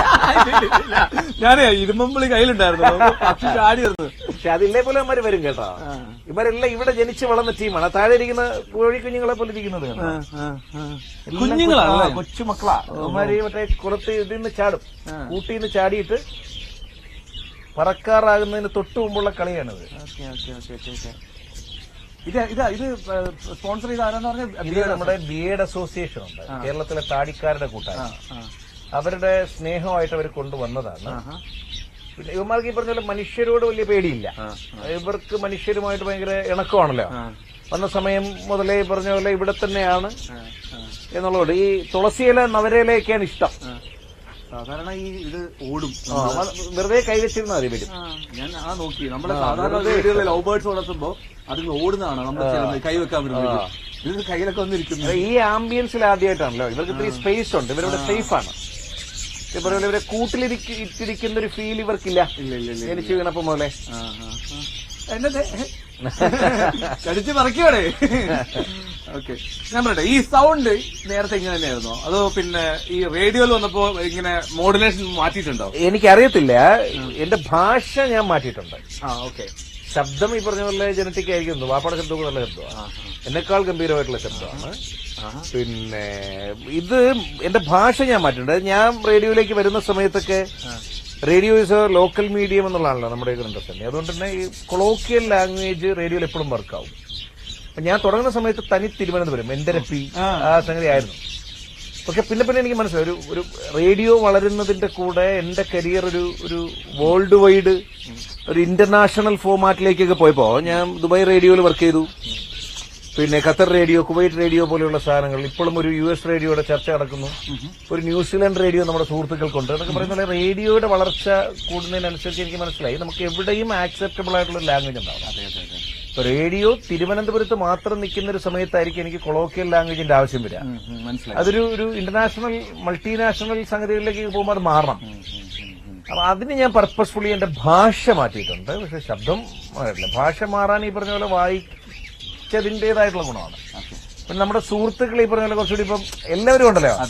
പിന്നെ നിങ്ങളുടെ നാട്ടുകാർ മൂവാറ്റുപുഴക്കാരുണ്ട്, നമുക്ക് പിന്നെ കോഴിക്കോട്ടുകാരുണ്ട്, കണ്ണൂരുകാരുണ്ട്, തിരുവനന്തപുരക്കാരുണ്ട്, കൊല്ലംകാരുണ്ട്. അപ്പൊ ഇതിൽ എല്ലാത്തിനും കൂടി ഒരു അക്സെപ്റ്റബിൾ ആയിട്ടുള്ള സ്ലാങ് ഓട്ടോമാറ്റിക് ആയിട്ട് വന്നതാണെന്ന് തോന്നുന്നു. പക്ഷെ എനിക്കത് ഇഷ്ടമാണ്. ഞാൻ അതിന് ഈ പറഞ്ഞ പോലെ കുറച്ച് ബഹുമാനം കൊടുക്കുന്നുണ്ട് ആ ഭാഷയ്ക്ക്. ഒരുപാട് പേരെ കുറ്റപ്പെടുത്താറുണ്ട്. നിങ്ങൾ ഈ വാപ്പ ഉൾപ്പെടെ പറയാറുണ്ട്, നീ എപ്പോഴും എന്തുവാണ് അച്ചടി മസിൽ പിടിക്കുന്നത്. ബിഗ് ബോസിൽ ഞാൻ അതാണ് നേരിട്ട ഏറ്റവും വലിയൊരു പ്രശ്നം. പക്ഷെ എനിക്കിഷ്ടമാണ് നമ്മളിങ്ങനെ നമ്മുടെ വാക്കുകളെ ശ്രദ്ധിച്ചുപയോഗിക്കാൻ ഒരു മനുഷ്യന് പറ്റുക എന്ന് പറയുന്നത് എല്ലാവർക്കും പറ്റുന്നില്ല. അതുകൊണ്ട് തന്നെ ലാംഗ്വേജിനെ ഞാൻ മാറ്റിയിട്ടുണ്ട്. ശബ്ദം ജനറ്റിക്കലാണെന്ന് തോന്നുന്നു. ഇപ്പൊ ബിഗ് ബോസിന്റെ പുതിയ സീസൺ വരെ അപ്പൊ ഞാൻ വേറൊരു ഇന്റർവ്യൂവിൽ ഇങ്ങനെ കണ്ടിരുന്നു, ഈ 3.5 കോടി ജനങ്ങളെ പറ്റിച്ചത് എങ്ങനെയാണെന്ന് മനസ്സിലാകുന്നതൊക്കെ ഡയലോഗ് അടിക്കുന്നുണ്ട്. എന്താ സംഭവം? അവിടെ ഭയങ്കര ഉടായ്പാണ്. നമ്മൾ കരുതുന്ന പോലെ അല്ല ബിഗ് ബോസ്. ബിഗ് ബോസ് അല്ലോ. ബിഗ് ബോസ് എന്ന് പറയുന്നത് ഒരു ഷോ. നമ്മളിവിടെ നിൽക്കുന്നുണ്ടോ ഇറങ്ങുന്നു. ബിഗ് ബോസ് എന്ന് പറയുന്നത് നമുക്കൊരു പ്ലാറ്റ്ഫോമിനകത്ത് നമ്മൾ ഒരു നന്മമരം എങ്ങനെയാണല്ലേ ഒരു മനുഷ്യന്റെ നന്മ എന്താണെന്ന് കാണാനൊന്നും പോകുന്ന ഒരു പരിപാടിയല്ല. ഓക്കെ. ഇത് ഞങ്ങളുടെ പ്രൊഡ്യൂസർ പുറത്തുനിന്ന് പൂട്ടിയോ? അനു ബേബി പുറത്തുനിന്ന് പൂട്ടിയതാണോ? പ്രൊഡ്യൂസർ ഞങ്ങളെ പുറത്തുനിന്ന് പൂട്ടി, പിന്നെ ഞങ്ങൾക്ക് എന്ത് ചെയ്യാൻ പറ്റും? പ്രൊഡ്യൂസർ നമ്മളെ കിളികളാക്കിയതൊക്കെ. ഓക്കെ. അപ്പൊ ബിഗ് ബോസ് ബിഗ് ബോസ് എന്ന് പറയുന്നത് ഞാൻ മനസ്സിലാക്കിയതനുസരിച്ച് പലപ്പോഴും നമ്മൾ തെറ്റിദ്ധരിച്ചിരിക്കുന്നത് പോലെ അതൊരു നല്ല മനുഷ്യനെ കണ്ടെത്താനുള്ള പരിപാടിയൊന്നുമില്ല. ആ മത്സരത്തിന്റെ കാമ്പ് എന്താണ്? ആ മത്സരത്തിന്റെ കാമ്പ് എന്ന് പറയുന്നത് ഒരു 20 മനുഷ്യരുടെ ഇടയിൽ നിന്ന് 19 മനുഷ്യരെ മാനസികമായും ശാരീരിക ശേഷി കൊണ്ടും തോൽപ്പിക്കുന്നവനാരോ അവനാണ് വിജയ്, അല്ലെ? അല്ലാതെ 20 മനുഷ്യരെ കൊണ്ട് എടുത്തിട്ടു ഇതിനകത്ത് ഏറ്റവും നല്ല മനുഷ്യനെ കണ്ടെത്തണം എന്നതല്ല മത്സരം. അങ്ങനെയാണ് ഒരു നന്മ മത്സരമാവും. ഈ പരിപാടിയുടെ കണ്ടസ്റ്റൻസ് ആയിട്ട് ഇവര് തിരഞ്ഞെടുക്കുന്നവര് പല ജീവിത അനുഭവങ്ങളിലൂടെ വന്നുപോയവര്. ഇന്നലെ കൂടി ഒരു പയ്യൻ ചോദിച്ചു, ഇത് ബിഗ് ബോസിലേക്ക് കയറിപ്പറ്റാൻ എന്ത് ചെയ്യണമെന്ന്. നേരത്തെ ഈ എൽദോ ചോദിച്ച മറ്റേ ജയിലിൽ കിടന്ന അനുഭവം, ജോലി പോയ അനുഭവം, ജോലി നേടിയ അനുഭവമൊക്കെ പോലുള്ള ഒരുപാട് അനുഭവങ്ങൾ കാരണമാണ് എനിക്ക് ആ വിളി വന്നേ. അപ്പൊ എനിക്ക് അവനോട് പറയണമെന്നുണ്ട്, അത് നിന്റെ ജീവിതമാണത് വിളി വരാനുള്ള കാരണം. നീ ആദ്യം എസ്റ്റാബ്ലിഷ് ആവണം. എന്തെങ്കിലുമൊക്കെ കാരണത്താൽ നിന്നെ വിളിക്കാൻ അവർക്ക് പറ്റണം. അല്ലെ നീ ഒരു കോമണർ ആയിട്ട് അവര് പരിഗണിക്കുന്നുള്ള ഞാൻ പറയണമെന്നുണ്ടായിരുന്നു. പക്ഷെ ചിലപ്പോൾ അവർ നൊന്താലോ എന്ന് വിചാരിച്ചിട്ട് ഞാൻ പറഞ്ഞില്ല. എനിക്ക് മനസ്സിലാക്കാനായത് ഈ 20 പേരും ഇത്തരത്തിൽ പല അനുഭവങ്ങളിൽ വന്ന മനുഷ്യരാ. ഇവരൊക്കെ അവിടെ ജയിക്കാൻ വരുന്നവരാണ്. അവർ ജയിക്കാനായി എന്തും ചെയ്യും. ഞാൻ അവിടെ പോകുമ്പോൾ എനിക്ക് ആദ്യം ആ കോൺസെപ്റ്റ് കിട്ടിയില്ല. നമ്മളൊക്കെ പെട്ടെന്ന് ബിഗ് ബോസ്. പക്ഷെ അവിടെ ചെന്ന് കഴിഞ്ഞപ്പോഴാണ് എനിക്ക് മനസ്സിലായി ഈ സംഗതി ഉടായ്പാണ്. സംഗതി ഷോ തന്നെ ഇതാണ്. ഷോ നല്ലൊരു ഷോയാണ്, ഗംഭീര ഷോ ആണ്, ലോകത്തിലെ ഏറ്റവും വലിയ റിയാലിറ്റി ഷോ. പക്ഷെ ഷോയുടെ ഫോർമാറ്റ് എന്ന് പറയുന്നത് ഈ 19 പേരെ തോപ്പിക്കലാണ്. ഈ 19 പേരെ നിങ്ങൾക്ക് എങ്ങനെയും തോപ്പിക്കാം, തല്ലി അഴുകെ. നിങ്ങൾ ദേഹത്തെ വയ്ക്കരുത്, ബാക്കി എങ്ങനെയും തോപ്പിക്കാം. ഇതാണ് നിയമം. അതിലെങ്ങും പറയുന്നില്ല നിങ്ങൾക്ക് കുതന്ത്രം ഉപയോഗിച്ചുകൂടാ, നിങ്ങൾ അങ്ങനെ ചെയ്തു, തല്ലിക്കൂടാ, ദേഹത്ത് തൊട്ടിട്ട്. ഇത്ര മാത്രമേ നിയമമുള്ളൂ. അപ്പം മറ്റ് 19 പേരെ എങ്ങനെ തോപ്പിക്കാം? എന്റെ സീസണിൽ എനിക്ക് മനസ്സിലാക്കാനായത് പൊതുജനങ്ങളുടെ സപ്പോർട്ട് കിട്ടാനായിട്ട് കണ്ണിൽ പൊടിയിടൽ. അപ്പൊ ഇല്ലാത്ത അസുഖം ഉണ്ടെന്ന് പറയാ, ഇല്ലാത്ത അസുഖം ഉണ്ടെന്ന് പറയുന്നത് തെറ്റാണ്. അത് 3.5 കോടി മലയാളികളെ പറ്റിക്കലാണ്. ഇപ്പോഴും ഞാനൊരു ക്യാൻസർ കെയർ സെന്ററിനെ അതിന്റെ തലപ്പത്തിരുന്ന് നടത്തുന്ന ഒരാളാണ്. ക്യാൻസർ ഇല്ലാത്ത ഒരാൾ ക്യാൻസർ എന്ന് പറയുന്നതിനെ നമുക്ക് അംഗീകരിക്കാൻ പറ്റില്ല. ഗെയിമേ കണക്കാക്കാൻ പറ്റില്ല. അതൊരു ഗെയിം അല്ലെന്നേ. ഇപ്പം ഒരാൾ പറയാണ് എനിക്ക് പണ്ട് അസുഖം ഉണ്ടായിരുന്നു, ഞാൻ ആ സമയത്തൊന്നും ഇങ്ങനെ, അതാണെങ്കിൽ ഓക്കെയാണ്. പക്ഷെ അതിനെ ഇപ്പോഴും നമ്മൾ സ്റ്റിൽ അതൊരു വലിയ ഒരു തെറ്റാണ്. പക്ഷെ അത് ഞാൻ തുറന്നു പറഞ്ഞപ്പോ എനിക്ക് ഒരുപാട് ശത്രുത വന്നു. നിങ്ങൾ എന്തിനിങ്ങനെ രോഗികളെ അങ്ങനെ, പിന്നെ ലാലേട്ടൻ പോലും, പിന്നെ അതിനൊക്കെ എനിക്ക് ആ സമയത്തൊന്നും അത് മനസ്സിലായില്ല. പക്ഷെ ഇപ്പൊ എനിക്കത് മനസ്സിലാകുന്നുണ്ട്. ആ ഗെയിമിന്റെ ഒരു ഫ്ലോ അനുസരിച്ച് ലാലേട്ടനൊക്കെ ഉൾപ്പെടെ നിൽക്കാൻ പറ്റുള്ളൂ. ഞാൻ പലപ്പോഴും ചിന്തിക്കും, ലാലേട്ടൻ എന്നെ വഴക്കുറയുന്നത്, ഞാൻ പറയുന്നത് ന്യായമാണെന്ന് ലാലേട്ടൻ അറിയാലോ, എന്നിട്ട് എന്തുകൊണ്ട് ലാലേട്ടൻ എന്നെ വഴക്കുറയുന്നു ഞാൻ ചിന്തിച്ചിട്ടുണ്ട്. പക്ഷെ ഇപ്പൊ എനിക്കറിയാം ആ ഷോയുടെ അന്നത്തെ ഫ്ലോ എന്ന് പറയുന്നത് ഞാനൊരു വില്ലൻ പരിവേഷത്തിലേക്ക് വന്നു കഴിഞ്ഞിരുന്നു. അപ്പൊ ലാലേട്ടൻ അത് പ്രൊമോട്ട് ചെയ്തേ പറ്റൂ. ആ ഷോയ്ക്ക് ഒരു വില്ലൻ എപ്പോഴും ആവശ്യമാണ്. അപ്പൊ ഞാനല്ലേ മറ്റൊരാൾ. പിന്നെ ഇവിടെ പൊളിഫിറോസ് പോകുന്നത് വരെ പൊളിഫിറോസ് ആയിരുന്നു വില്ലൻ. അവൻ പോയി കഴിഞ്ഞപ്പോ ഞാൻ ആ പൊസിഷനിലേക്ക് വന്നു. നമ്മുടെ സീസൺ വെച്ചിട്ട് ഓരോ സീസണിലും അങ്ങനെ ഉണ്ടാവും. ഇനിയിപ്പോ വരാനിരിക്കുന്നതിലും ഒരു വില്ലൻ കാണും, ഒരു നായകൻ കാണും. പക്ഷെ ഈ വില്ലനും നായകനും ഒക്കെ ജീവിതത്തിൽ രക്ഷപ്പെടും. കാരണം നമുക്കൊരു 10-90 ദിവസം ഒരുപാട് പൈസ, എനിക്കിതിന് 10-14 ലക്ഷം രൂപയായി ഈ സ്ഥാപനം ഇങ്ങനെ നമ്മൾ കാണുന്ന പോലെ എസ്റ്റാബ്ലിഷ് ചെയ്യാം. ആ പണം എങ്ങും തൊടാതെ നമ്മുടെ കയ്യിലൊന്നും ബിഗ് ബോസിൽ നിന്ന് ഒരു സമ്മാനമാണെന്ന് പറയാം ഇതിന് ഒരർത്ഥത്തിൽ. പിന്നെ ഇതിനൊക്കെ നമുക്ക് സുമിയെ കൂട്ടി യോജിപ്പിച്ച് തന്നെ സംസാരിക്കേണ്ടതുണ്ട്. കാരണം നമുക്ക് ഇങ്ങനെ ഒരു പ്രസ്ഥാനം തുടങ്ങണമെങ്കിൽ അത്രയും മാത്രം ഒരു സപ്പോർട്ടിംഗ് സിസ്റ്റം വേണം. മാത്രമല്ല ഞാൻ ബിഗ് ബോസിൽ പോയിരുന്ന സമയത്തൊക്കെ നമുക്ക് ഈ പറഞ്ഞ പോലെ ഒരു വലിയ ഗ്യാപ്പ് കാര്യങ്ങളിലൊക്കെ സുമി ചെയ്ത കുറെ, നമ്മൾ അതിനു മുമ്പ് സോഷ്യൽ പ്രവർത്തനങ്ങൾ ചെയ്യുന്നുണ്ടായിരുന്നല്ലോ, ഈ പ്രവർത്തനങ്ങളൊക്കെ അവളെ ഏകോപിപ്പിക്കുന്നുണ്ടായിരുന്നു. അപ്പൊ ഇത് ചെയ്യലാണ് അതിന്റെ ശരിയെന്ന് എനിക്ക് തോന്നി. ബിഗ് ബോസിന്റെ ഒരു പൈസ വരുമ്പോ, അല്ലെങ്കിൽ ഞങ്ങളിതൊരു 10-60 വയസ്സൊക്കെ ആകുമ്പോ, ഒരു 65 വയസ്സൊക്കെ ആകുമ്പോ ഞങ്ങളുടെ റിട്ടയർമെന്റ് ലൈഫിൽ ഞങ്ങൾ ഇത് ചെയ്തേനെ. ഇച്ചിരി നേരത്തെ ആയി പോയെന്നേ ഉള്ളൂ. പിന്നെ പക്ഷെ ഇത് തന്നെ ആയിരിക്കണമായിരുന്നു നമ്മുടെ ഇത് ബിഗ് ബോസ് തന്ന സമ്മാനമൊന്നല്ല, നമ്മൾ ചെയ്യുമായിരുന്നു. ബിഗ് ബോസ് അതിന് നമുക്കൊന്നുകൂടി ഇത് ട്രിഗർ ചെയ്തു. ഇനിയും നാടകം ഉണ്ടായിരുന്നു, പാട്ടുണ്ടായിരുന്നല്ലോ. ഇല്ലില്ല, കവിതകൾ ഒക്കെ സൈഡിൽ കൂടെ ഏതെങ്കിലും ഒരു പാട്ടും കൂടെ ഉണ്ടായിരുന്നു. പാട്ടും കൂടെ എനിക്ക് ഉണ്ടായിരുന്നേ ഞാനിവിടെ വെച്ചേക്കില്ലായിരുന്നു. ഒരു രാവിലെ നമുക്ക് ഒരു വൈബിലല്ല കവിതയുടെ ഏറ്റവും ആസ്വാദ്യം. ഈ ഇപ്പൊ ഏതാ മൂഡ്? ഞാൻ കിടിലം മൂഡ്. അങ്ങനെയാണ് നമുക്ക് ഈ പറഞ്ഞ ഗിരീഷ് പുലിയൂരിനെ എനിക്ക് ഭയങ്കര ഇഷ്ടമാണ്. അനിൽ പനച്ചൂരാനെ ഭയങ്കര ഇഷ്ടമാണ്. കുറച്ചുകൂടി മറ്റേ നാടൻ ശീലുകളിലുള്ള കവിതകളോടാണ് എന്റെ ഇഷ്ടം. മധുസൂദൻ നായർ സാറിനെ ഒബ്വിയസ്ലി ഇഷ്ടമാണ്. പക്ഷെ അദ്ദേഹത്തിന് കുറച്ചുകൂടി ഓഥന്റിക് ആണല്ലോ. അത് ഈ പറഞ്ഞ സങ്കടമൊക്കെ വരുമ്പോഴാണ് എനിക്ക് അതൊക്കെ പാടാൻ ഇഷ്ടം. പിന്നെ രേണുക ഉൾപ്പെടെ നമ്മുടെ മുരുകൻ കാട്ടാക്കട സാർ അടുത്ത സുഹൃത്താണ്. അപ്പൊ അദ്ദേഹത്തിനെയും നമുക്ക് പിന്നെ ഇഷ്ടമാണ്. പക്ഷെ പാടാൻ ഇഷ്ടം എപ്പോഴും ഗിരീഷ് പുലിയൂരിനെയാണ്, അല്ല അനിൽ പനച്ചൂരിനെയാണ്. ഗിരീഷ് പുലിയൂരിന്റെ പാട്ട് ബിഗ് ബോസിൽ പാടിയതൊക്കെ ഭയങ്കര ഇതായിരുന്നു. അദ്ദേഹത്തിന് ഭയങ്കര, അദ്ദേഹം കാണുമായിരുന്നു. അപ്പൊ അദ്ദേഹം ഭയങ്കര ഇഷ്ടത്തോടെയൊക്കെ സംസാരിച്ചാണ് ഏതിരവിൻ നീലമയിൽ 4 വരി. അതിൽ നമ്മൾ അവസാനിപ്പിക്കുകയാണോ? അല്ല, എനിക്ക് ഉള്ളിലത്തെ റേഡിയോയുടെ സ്റ്റുഡിയോയുടെ കാണണം. ഇവിടെ തന്നെയാണ്, ഇവിടെ വേറെ ഒരു മിനി സ്റ്റുഡിയോ ഒക്കെ സെറ്റ് ആക്കി നാട്ടുകാരെ കാണിച്ചിട്ട് ചെറുതായിട്ട്. ഇതൊരു 4 വരിയില് ഇതാക്കാം.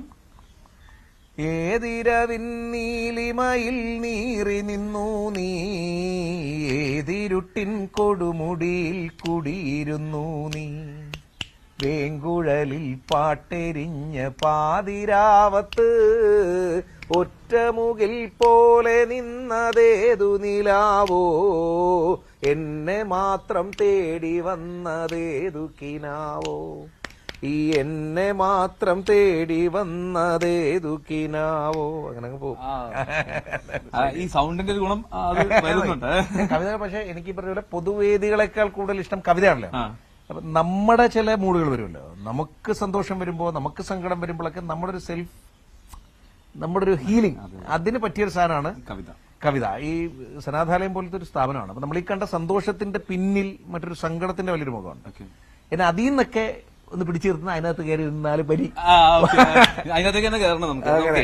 ഇവിടെ ഒരു പറഞ്ഞില്ലേ, ഇവിടെ സനാഥാലയത്തിലെ തിരക്കുകളൊക്കെ മുഴുകി പോകുമ്പോ ഇതൊന്ന് പറഞ്ഞിട്ട് ഇതൊരു പ്രോജക്റ്റാണ്. അതെ, നമ്മുടെ ഒരു വലിയൊരു സ്വപ്നമാണ്. നമ്മളൊക്കെ വയസ്സായി വരികയാണല്ലോ. അപ്പൊ ഇപ്പോഴും വയസ്സായി ഇരിക്കുന്ന മാതാപിതാക്കളുണ്ട്. ഇപ്പൊ ഞാൻ എന്റെ വാപ്പ, ഉമ്മ, അല്ലെങ്കിൽ പറഞ്ഞ നമ്മുടെ പ്രവർത്തകരുടെ സുമിയുടെ അച്ഛൻ, അമ്മ പോലെയൊക്കെയുള്ള വയസ്സായി വരുന്ന മനുഷ്യരുണ്ട്. അവരുടെ ഒരു ഇടമായിട്ടാണ് ഇതിനെ നമ്മൾ പ്ലാൻ ചെയ്യുന്നത്. അതായത് അവരുടെ വാർദ്ധക്യത്തിൽ ഒറ്റപ്പെട്ടു പോകരുത്, അവരുടെ ഒരു കമ്മ്യൂണിറ്റി ബിൽഡ് ചെയ്യണം. അവരുടെ TV ചർച്ചകൾ, അവരുടെ പിന്നെ കാര്യങ്ങളൊക്കെ ആയിട്ട് അവരുടെ ഒരു ഇടം. ഭാവിയിൽ നമുക്കൊരു സ്വന്തം കെട്ടിടം വരുമ്പോൾ ഇടം എന്ന് പറയുന്ന ഒരു വലിയ പ്രോജക്ട്. പോസിറ്റീവ് വൈബ്സ് ആണ്. Complete positive vibes. ഓക്കെ, ഇതാണ് പിന്നെ ഈ സനാഥാലയത്തിലെ മിനി റേഡിയോ സ്റ്റേഷൻ. കേട്ടോ, ഇവിടുന്ന് എങ്ങനെയാണ് പോകുന്നത്? നാറ്റിക്കില്ല, ചെറിയ സെറ്റപ്പാണ്. പിന്നെ തിരക്കുകൾ വരുമ്പോൾ പിന്നെ ഇവിടെ തന്നെ എല്ലാം കൈകാര്യം ചെയ്യും. അതാണ് എന്റെ ലക്ഷ്യം. വാ, നമുക്ക് അകത്തേക്ക് കയറാം. നമുക്കേ ഈ ഞങ്ങൾ ടെലിവിഷൻകാർക്ക് ഒരു കൺഫ്യൂഷൻ എപ്പോഴും, എങ്ങനെ ഈ റേഡിയോ നമുക്കൊരു മോർണിംഗ് വൈബ്സിലേക്ക് ഒരു ഇൻട്രോ ഇട്ട് തരാമോ? ഇതിനോ? എങ്ങനെയായിരിക്കും റേഡിയോ ഓഫാ? ഞാൻ ഈ പറഞ്ഞ പോലെ സിസ്റ്റം ഓണല്ല. നമ്മുടെ സ്റ്റുഡിയോ ഉള്ളേ. ദൂരദർശൻ കേന്ദ്രത്തിന്റെ ടവറിൽ നിന്നാണല്ലോ നമ്മുടെ പിന്നെ ഇതെല്ലാം പോകുന്നത്. ഓക്കെ, ദൂരദർശൻ കേന്ദ്രത്തിന്റെ ടവറിൽ നിന്നാണ് എല്ലാ റേഡിയോയും, എല്ലാ FM സ്റ്റേഷനും പോകുന്നത്. ഇത് ഞാൻ ഇവിടെ ഉള്ള സമയത്ത് ചില ദിവസങ്ങളിൽ നമ്മൾ ഇവിടെ പെട്ടു, നമുക്ക് ഇവിടുന്ന് മാറി നിൽക്കാൻ പറ്റാത്തൊരു അന്തരീക്ഷത്തിലേക്ക് ചിലപ്പോ ലെറ്റ്സ് സേ ഒരു മരണം സംഭവിച്ചു, അല്ലെങ്കിൽ പെട്ടെന്നൊരു എമർജൻസി. ഇപ്പൊ നമുക്ക് കുഞ്ഞുമക്കളുള്ളപ്പോ ചിലപ്പോൾ നമ്മൾ 1-2 ദിവസങ്ങൾ ഇവിടെ പെട്ടു. കോവിഡ് സമയത്തൊക്കെ നമ്മൾ 14 ദിവസം 15 ദിവസം ഇതിനകത്ത് പെട്ടുപോയി പോലെയുള്ള അത് സന്തോഷത്തോടെയുള്ള പെടലാണ്, പക്ഷെ പെട്ടുപോയി എന്നല്ല. അപ്പൊ അത്തരം സാഹചര്യങ്ങളിൽ നമുക്ക് റേഡിയോ സ്റ്റേഷനിൽ ഓടിയെത്താൻ പറ്റാതെ വരുന്ന സമയങ്ങളിൽ ഒരു എമർജൻസി സ്റ്റുഡിയോ സെറ്റപ്പ് പോലെ ഉണ്ടാക്കിയിട്ടിരിക്കുന്നതാണ് ഇത്. അപ്പൊ ഇതെങ്ങനെയാ? ഇതിന്റെ ഒരു ടെക്നിക്കൽ സിമ്പിളാണ്. അതായത് ആ സോഫ്റ്റ്വെയറുകളെല്ലാം ഞങ്ങൾ ഈ സിസ്റ്റത്തിനകത്ത് മൈക്ക് ഇതാണ് നമ്മുടെ. ഇതിൽ നിന്ന് നമുക്ക് ലൈവ് ഇടാൻ പറ്റും അല്ലേ? റേഡിയോ സ്റ്റേഷനുമായിട്ട് കണക്ഷൻ ഉണ്ട്. ഞങ്ങളുടെ സെർവർ റൂമുമായിട്ട് ഇതിന് കണക്ഷൻ ഉണ്ട്. ഇന്റർനെറ്റ് വഴി. ഇന്റർനെറ്റ് വഴി ഞാൻ ഇവിടെ സംസാരിക്കുന്നത് നമുക്ക് അവിടെ കിട്ടും. നമുക്ക് ഈ പറഞ്ഞ ഇവിടെ ഉള്ളവർക്ക് ഹൈ സ്പീഡ് ഇന്റർനെറ്റ് ഉൾപ്പെടെ ഫ്രീ ആണല്ലോ. അതെ. അപ്പൊ അതിന്റെ ഒരു ഓരം പറ്റി ഞങ്ങളുടെ നെറ്റും കൂടി നമ്മളിവർക്ക് ഏറ്റവും ഫാസ്റ്റസ്റ്റ് പിന്നെ ഇതാണ് പ്രൊവൈഡ് ചെയ്തിരിക്കുന്നത്, നെറ്റ്. അപ്പൊ അതുകൊണ്ട് തന്നെ നെറ്റ് കട്ടാകാൻ നമുക്ക് നേരത്തെ പറഞ്ഞ പോലെ തന്നെ നിങ്ങൾക്ക് ബാക്കപ്പ് ഉള്ള പോലെ ഞങ്ങൾക്ക് ബാക്കപ്പ്. ഒരു നെറ്റ് കട്ടായാലും അടുത്ത നെറ്റ് ഇവർക്ക് പിന്നെ അവരുടെ വീട്ടിൽ പോലും ഇല്ലാത്ത അത്രയും ഫെസിലിറ്റീസ് കൊടുക്കണമെന്നുള്ളതായിരുന്നു ഞങ്ങളുടെ വാശി. അത്രയും മാത്രം നമുക്ക് പറ്റിയിട്ടില്ല. എന്നാലും ഞങ്ങളാൽ കഴിയുന്ന പരമാവധി ഞങ്ങൾ ശ്രമിച്ചു. ഇതാണ് ഞങ്ങളുടെ ഓഡാസിറ്റി തന്നെയാണ് നമ്മുടെ റെക്കോർഡിംഗ് ആപ്ലിക്കേഷൻ. ഓക്കെ, അപ്പൊ എന്താണെങ്കിലും എന്തായാലും നമുക്ക് ഈ ഏതാണ്ട് വൈൻഡപ്പ് ചെയ്യണ സമയമായിട്ടുണ്ട്. അപ്പൊ വൈൻഡപ്പ് ചെയ്യണ സമയത്തിലേക്ക് മോർണിംഗ് വൈബ്സ് റേഡിയോയിൽ എങ്ങനെ വൈൻഡപ്പ് ചെയ്യുന്നു? ആയിക്കോട്ടെ, ശരി. ആ ഒരു ചലഞ്ച് ആയി പോയി. ചലഞ്ചില്ല, ശരി, വളരെ ഈസി ആയിരിക്കും. ശരി, ഇപ്പൊ റെഡി റെഡി. എത്ര സമയമുണ്ട്? 30 സെക്കൻഡ് തീർത്ത്. 30 സെക്കൻഡ്സ് ആണ്. എത്ര സെക്കൻഡ് വേണം? എനിക്ക് അങ്ങനെയാണെങ്കിൽ 1.5 മിനിറ്റ് വേണം. ശരി, റെഡി. ഫിറോസാണൊപ്പം 92.7 ബിഗ് FM റേഡിയോയിലൂടെ ഒരു വലിയ സന്തോഷമായിരുന്നു രാവിലെ സൂര്യന്റെ കൂടെ കയറി വന്ന എൽദോ. സൂര്യന്റെ അതേ ചിരി, ആ കിരണങ്ങളുടെ ഊർജം, ഭയങ്കര പോസിറ്റീവ് വൈബ്. മാത്രമല്ല ഇന്നത്തെ ഈ ദിവസം ഞങ്ങളുടെ ഈ കയറി വരുന്നിടത്ത് കാണുന്ന വലിയ വെളുത്ത ബുഗൈൻവില്ല പൂക്കളുടെ നിറഞ്ഞ മനസ്സായിരുന്നു ഈ മനുഷ്യന്റെയും മനസ്സിനും വാക്കുകൾക്കും.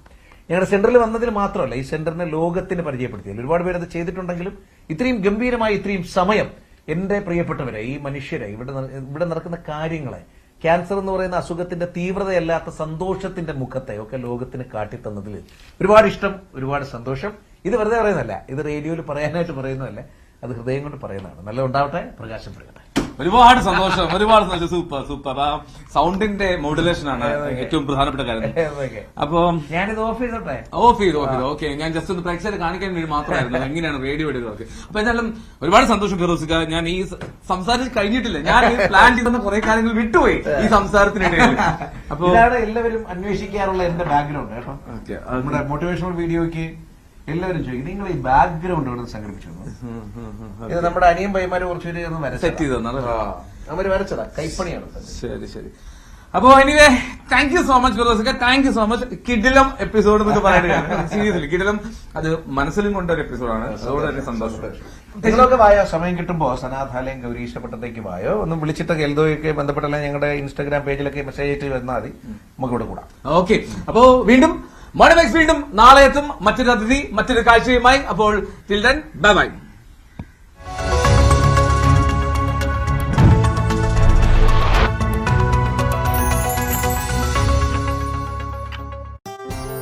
സിബിഐ അന്വേഷണം